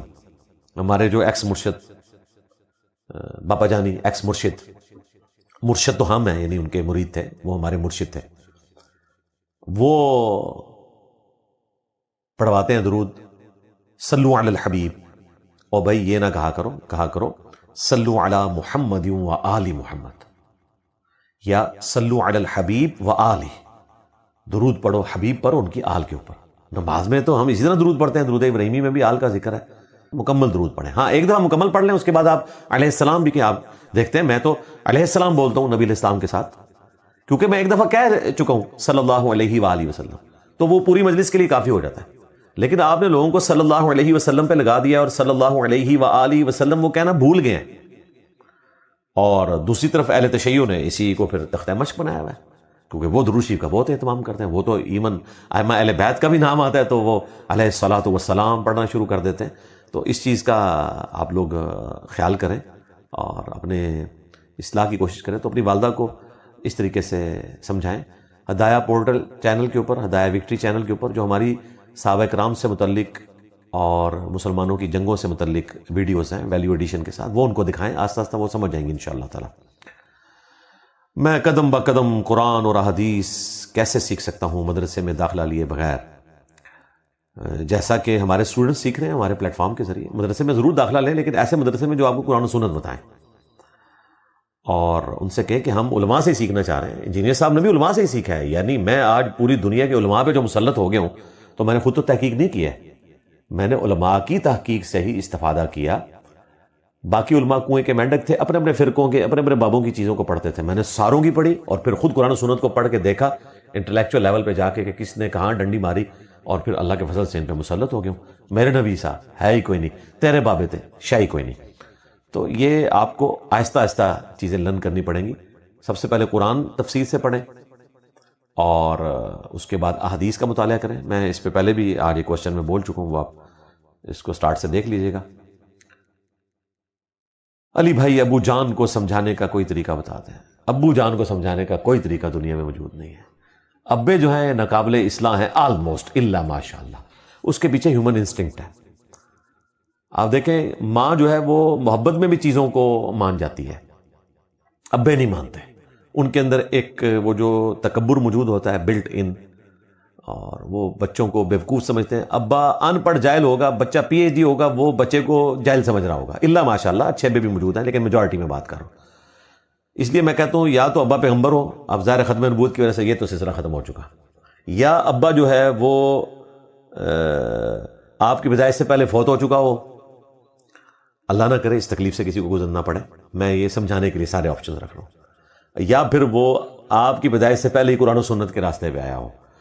اگر یہ کیس ہوا کہ اس کو اپنے بڑھاپے میں یہ چیز دیکھنی پڑی کہ پوری زندگی جس کلٹ میں اس نے گزار دی، اس کی اولاد جو ہے وہ اس کے بالکل اپوزٹ جا رہی ہے، تو اس کے دوست ہی اسے زندہ درگور کر دیں گے یہ کہہ کے کہ تیرا منڈا کس پاسے لگ پیا. اچھا ماؤں کو اس مسئلے میں نہیں ہوتا, ماؤں کو تو جینون بھی کوئی شکایت لگائے نا تو وہ اپنے بچوں کی سائڈ لے لیتی ہیں. باپ کو اگر کوئی شکایت لگائے نا تو وہ اس نے پبلک کو جا کے باہر فیس کرنا ہوتا ہے, ماؤں نے تو گھروں کے اندر رہنا ہوتا ہے, اور کوئی آگے عورت شکایت بھی لگائے تو اس کو پوری پڑ جاتی ہے. لیکن باپ جو ہوتا ہے نا وہ شرمندگی کے مارے پہلے اس کو مولوی آگے سمجھائے گا, پھر کوئی دوست پکڑ کے سمجھائے گا, وہ بیچارہ ایسا پینک کرتا ہے کہ وہ اپنے بچے کے اوپر غصہ نکالتا ہے.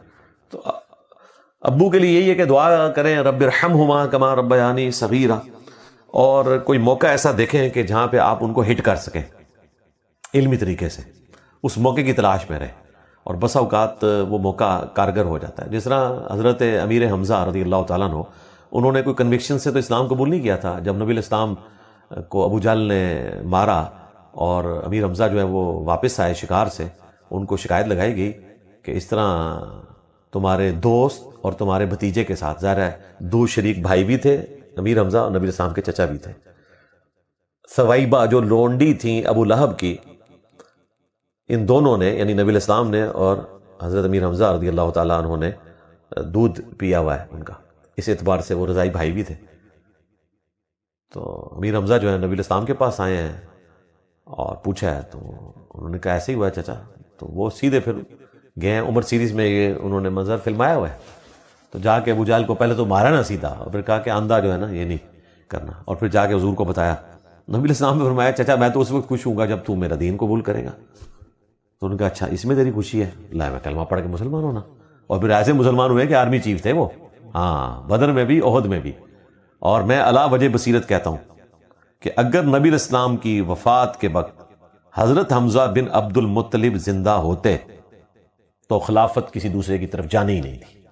بالکل کلیئر کٹ انہوں نے خلیفہ اول بننا تھا, کیونکہ جب یہ سارے بڑے سیدنا ابوبکر, عمر, عثمان, علی موجود تھے, ان کی موجودگی میں نبی الاسلام نے بدر میں احد میں اپنا نائب, کیونکہ آپ علیہ السلام تو پیچھے خیمے میں تھے, اپنی طرف سے لیڈر ان سب کے اوپر جس کو بنایا تھا وہ حمزہ تھے رضی اللہ تعالیٰ عنہ علیہ السلام. لیکن ظاہر وہ پہلے اللہ تعالیٰ کے پاس چلے گئے, سید الشہداء ہیں الحمدللہ.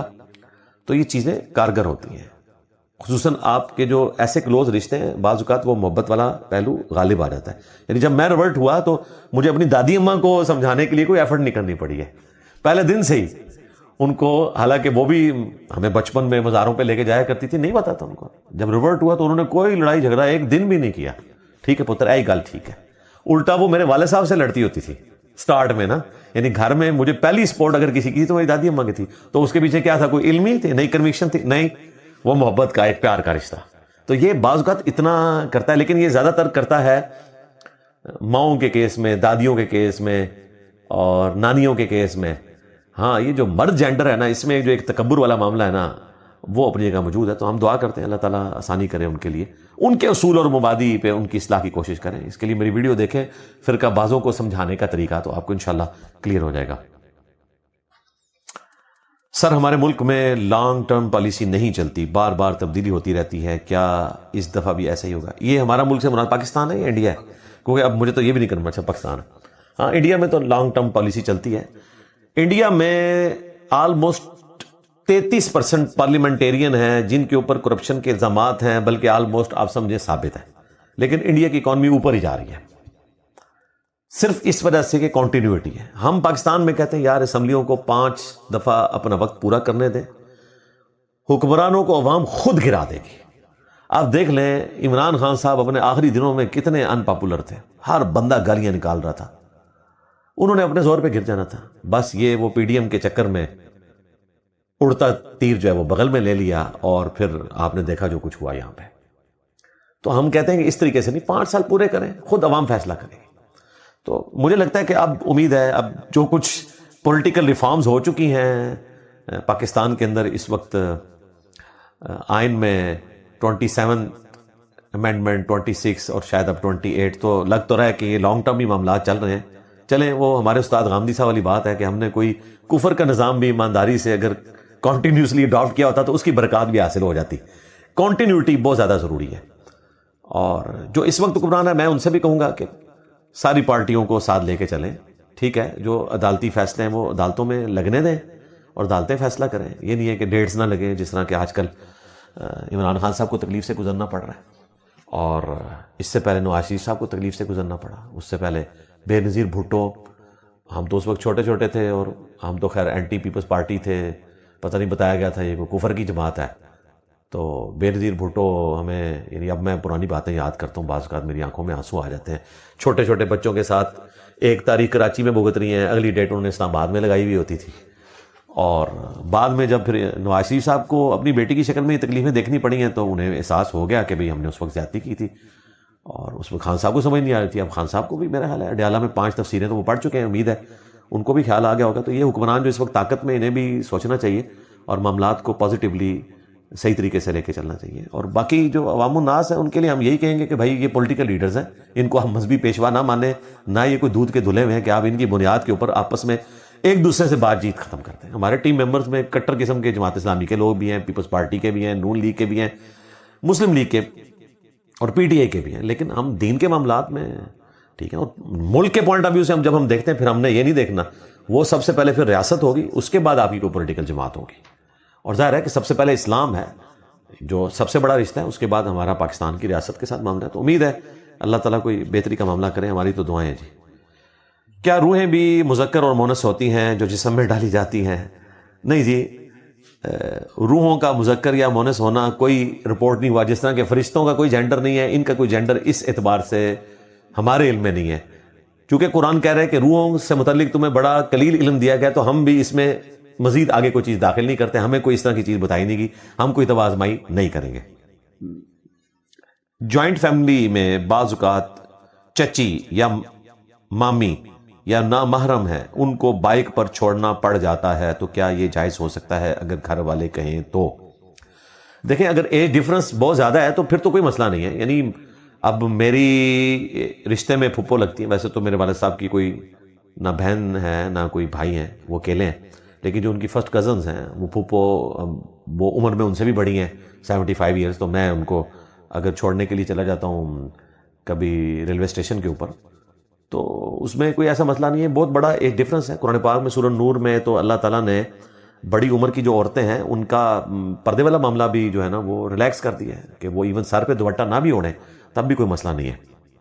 البتہ اگر جوانی والا معاملہ ہے تو پھر ظاہر سینسٹیو ہے، اور اس میں آپ کوشش کریں کہ اگر ان کو اس طریقے سے چھوڑنے جاتے ہیں تو یعنی جسم کے ٹچ کرنے والا کوئی معاملہ نہ ہو، اگر آپ کو کوئی اس طرح کا خدشہ ہے، ویسے تو اوائڈ ہی کرنا چاہیے اس طرح کے معاملات میں، اللہ نہ کرے کہ کسی کے اوپر اس طرح کی آزمائش پڑے جو یہ آپ نے ذکر کی ہے۔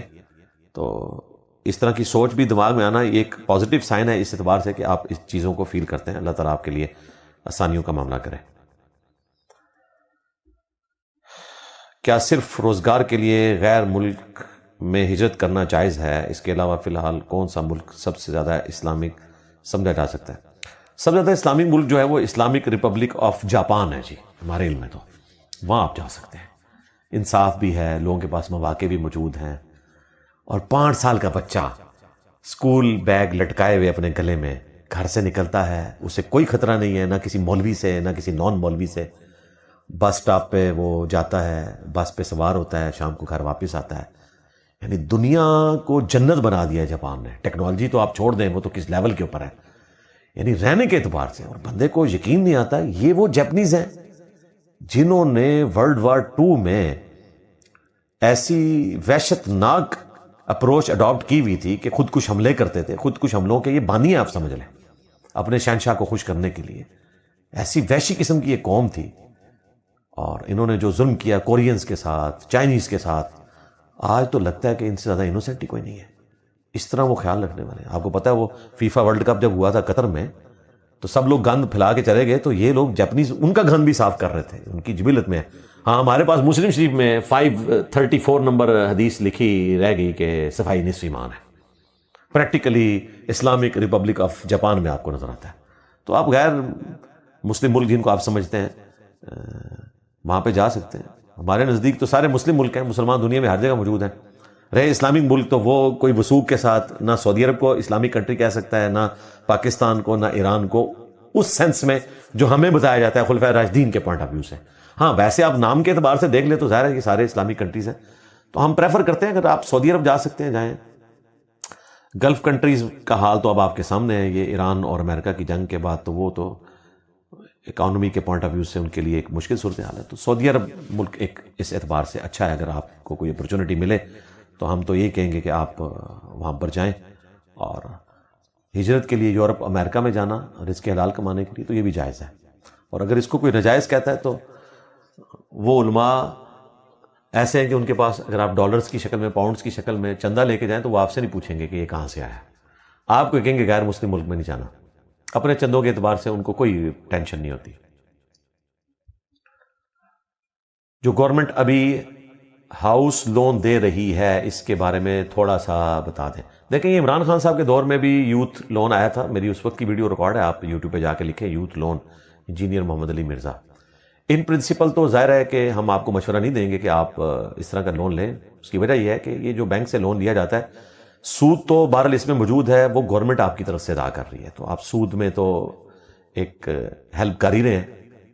یہ نہیں ہے کہ وہ بینک سود لے ہی نہیں رہا، آپ سے نہیں لے گا. آپ نے جتنی رقم لی ہے اتنی واپس کرنی ہے، جو اس کا سود جو ہے وہ بینکوں کو گورنمنٹ ادا کرے گی. البتہ اگر کسی اسلامک بینک کے تھرو ہو رہا ہے تو پھر آپ ضرور لیں، یا اگر کوئی مضاربہ مشارکہ والی شکل ہے جس میں آپ کو مکان بنانے کے لیے لون ملتا ہے اور اس میں کوئی مضاربہ والا معاملہ بھی ہو، وہ پرسنل لون کی بجائے ایک کانٹریکٹ کا معاملہ ہو، پھر تو اس میں کوئی مسئلہ نہیں ہے. لیکن ظاہر یہ نہیں ہوگا، میں تو ہر طرح سے آپ کو بتا رہا ہوں. اس کے باوجود آپ اپنی صورتحال کو بہتر سمجھتے ہیں. اگر آپ سمجھتے ہیں کہ آپ سخت تکلیف میں ہیں اور اللہ تعالیٰ کو جسٹیفائی کر سکتے ہیں کہ مجھے اپنے ذاتی گھر کے لیے اس طرح کا لون لینا پڑا، اس کے سوا چارہ کوئی میرے لیے نہیں تھا، تو انشاءاللہ اللہ تعالیٰ معاف فرمانے والا ہے. لا یکلف اللہ نفسا الا وسعہا. لیکن اس کا فیصلہ آپ نے کرنا ہے. میرے کندھوں پہ رکھ کے آپ نے بندوق نہیں چلانی. میں آپ کو زیادہ زیادہ فتویٰ دے سکتا ہوں ان چیزوں پہ جو قرآن میں آئی. 4 چیزوں کا ذکر آیا اور 4 جگہ پہ آیا، سورۃ البقرہ میں، سورۃ الانعام میں، سورۃ المائدہ میں، سورۃ النحل کے اندر، کہ تمہارے لیے حرام کیا گیا ہے مردار، بہتا ہوا لہو، خنزیر کا گوشت، اور وہ کھانا جس پہ غیر اللہ کا نام لیا جائے، ذبیحہ یعنی ذبح کرتے وقت غیر اللہ کا نام لیا جائے. لیکن اللہ تعالیٰ نے فرمایا کہ اگر تمہارے میں بغاوت نہیں ہے اور نافرمانی کی نیت نہیں ہے، یعنی حد سے بڑھنا نہیں ہے اور نافرمانی کی نیت نہیں ہے، تو پھر اگر جان بچانے کے لیے کوئی اس میں سے کھا لے تو اس کے اوپر کوئی گرفت نہیں ہوگی. حتیٰ کہ سورۃ النحل میں آیا کہ کلمات کفر بھی کوئی بک دے اور دل میں ایمان ہو جان بچانے کے لیے تو وہ بھی جائز ہے. تو یہ وہ چیز ہے جس کے اوپر کوئی بات کی جا سکتی ہے. اب یہاں زندگی موت کی کشمکش کا معاملہ تو ظاہر نہیں ہے.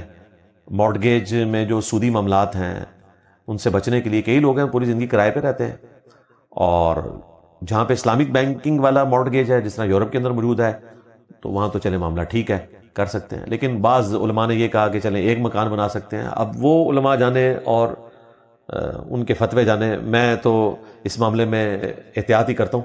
آپ اپنے لیے خود فیصلہ کریں. میں نے آپ کو ساری صورتحال بتا دی. اگر آپ سمجھتے ہیں آپ جسٹیفائی کر سکتے ہیں تو ٹھیک ہے، آپ اس معاملے کو آگے لے کے چلیں. اس دنیا میں ہمیں کس قسم کا علم حاصل نہیں کرنا چاہیے؟ جیسا کہ فلسفہ، کیونکہ بہت سے فلسفی ملحد ہیں. جادو کا علم حاصل نہ کریں آپ بھائی، جادو کرنا حرام ہے. فلسفے کا علم کوئی بری چیز نہیں ہے. قرآن و سنت کا علم حاصل کر کے اگر کوئی شخص قرآن و سنت کی تعلیمات کے خلاف چلنا شروع کر دے تو قرآن و سنت کا تو کوئی قصور نہیں ہے. اس طریقے سے سائنس یا فلسفے کا علم حاصل کر کے کوئی اس کی برائی والا ایلیمنٹ اڈاپٹ کرتا ہے تو سائنس تو نہیں کہتی کہ آپ برائی کا معاملہ کریں. اگر کوئی اس کو مس یوز کرتا ہے تو اس کا اپنا معاملہ ہے. رہا فلسفیوں کی تعلیمات میں بری چیزوں کا ہونا تو ٹھیک ہے، وہ آپ چھوڑ دیں، اچھی چیزیں لیں. لیکن اگر آپ کے پاس علم نہیں ہوگا تو آپ کبھی اس ماڈرن ورلڈ کے اندر نہ تو دین پہ خود چل سکتے ہیں، نہ کسی کو دین کی بات بتا سکتے ہیں. جس کا ثبوت آپ اس فارم میں دیکھیں کہ آپ ایران میں دیکھیں، جتنے بڑے بڑے ان کے اس وقت لوگ ہیں، عباس اراغچی صاحب ہوں، اس طریقے سے علی لاریجانی تھے اس سے پہلے. آپ دیکھیں کہ کسی نے ایمینول کانٹ کے اوپر پی ایچ ڈی کی ہوئی ہے، کسی نے نیٹشے کے اوپر کی ہوئی ہے، اور یہ سارے فلسفے ان کو پڑھائے جاتے ہیں، اور پھر اسلام کے ساتھ ان کی کمپیریٹیو اسٹڈی بھی پڑھائی جاتی ہے. تو علم کی حد تک آپ ضرور چیزوں کو اسٹڈی کریں. اور قرآن پاک اگر آپ نے پڑھا ہوا ہے اپنی نیٹو لینگویج کے اندر تو انشاءاللہ ان چیزوں سے آپ کو کوئی فرق نہیں پڑتا. ہمارے استاد دیکھ لیں غامدی صاحب، مطلب کیا فلسفہ انہوں نے پڑھا ہے. میں کہتا ہوں کہ بڑے سے بڑا فلسفی ان بڑے بڑے فلسفیوں کی جو تعلیمات ہیں وہ نہیں بتا سکتا، جس طرح وہ روانگی کے ساتھ چیزوں کو بیان کرتے ہیں. اور اللہ کا شکر ہے انہوں نے انٹلیکچوئل لیول پہ جا کے چیزیں لوگوں کو سمجھائی ہیں. تو آپ ان کی ویڈیوز دیکھیں. اور فلسفے کی بنیادوں کو سمجھیں، اور جہاں پہ انہوں نے ٹھوکر کھائی ہے وہ آپ کو انشاءاللہ اس معاملے میں کلیئر بھی ہو جائے گا انشاءاللہ تعالی۔ تو علم کے اوپر کوئی قدغن نہیں ہونی چاہیے، علم میں جو پازیٹیو چیزیں ہیں ان کو یوٹیلائز کریں، جو نیگیٹو چیزیں ہیں ان سے صرف نظر کریں، لیکن پہلے قرآن و سنت کا علم حاصل کریں اور پھر اس کے بعد اپنی ایفرٹس ان کاموں میں پٹ کریں۔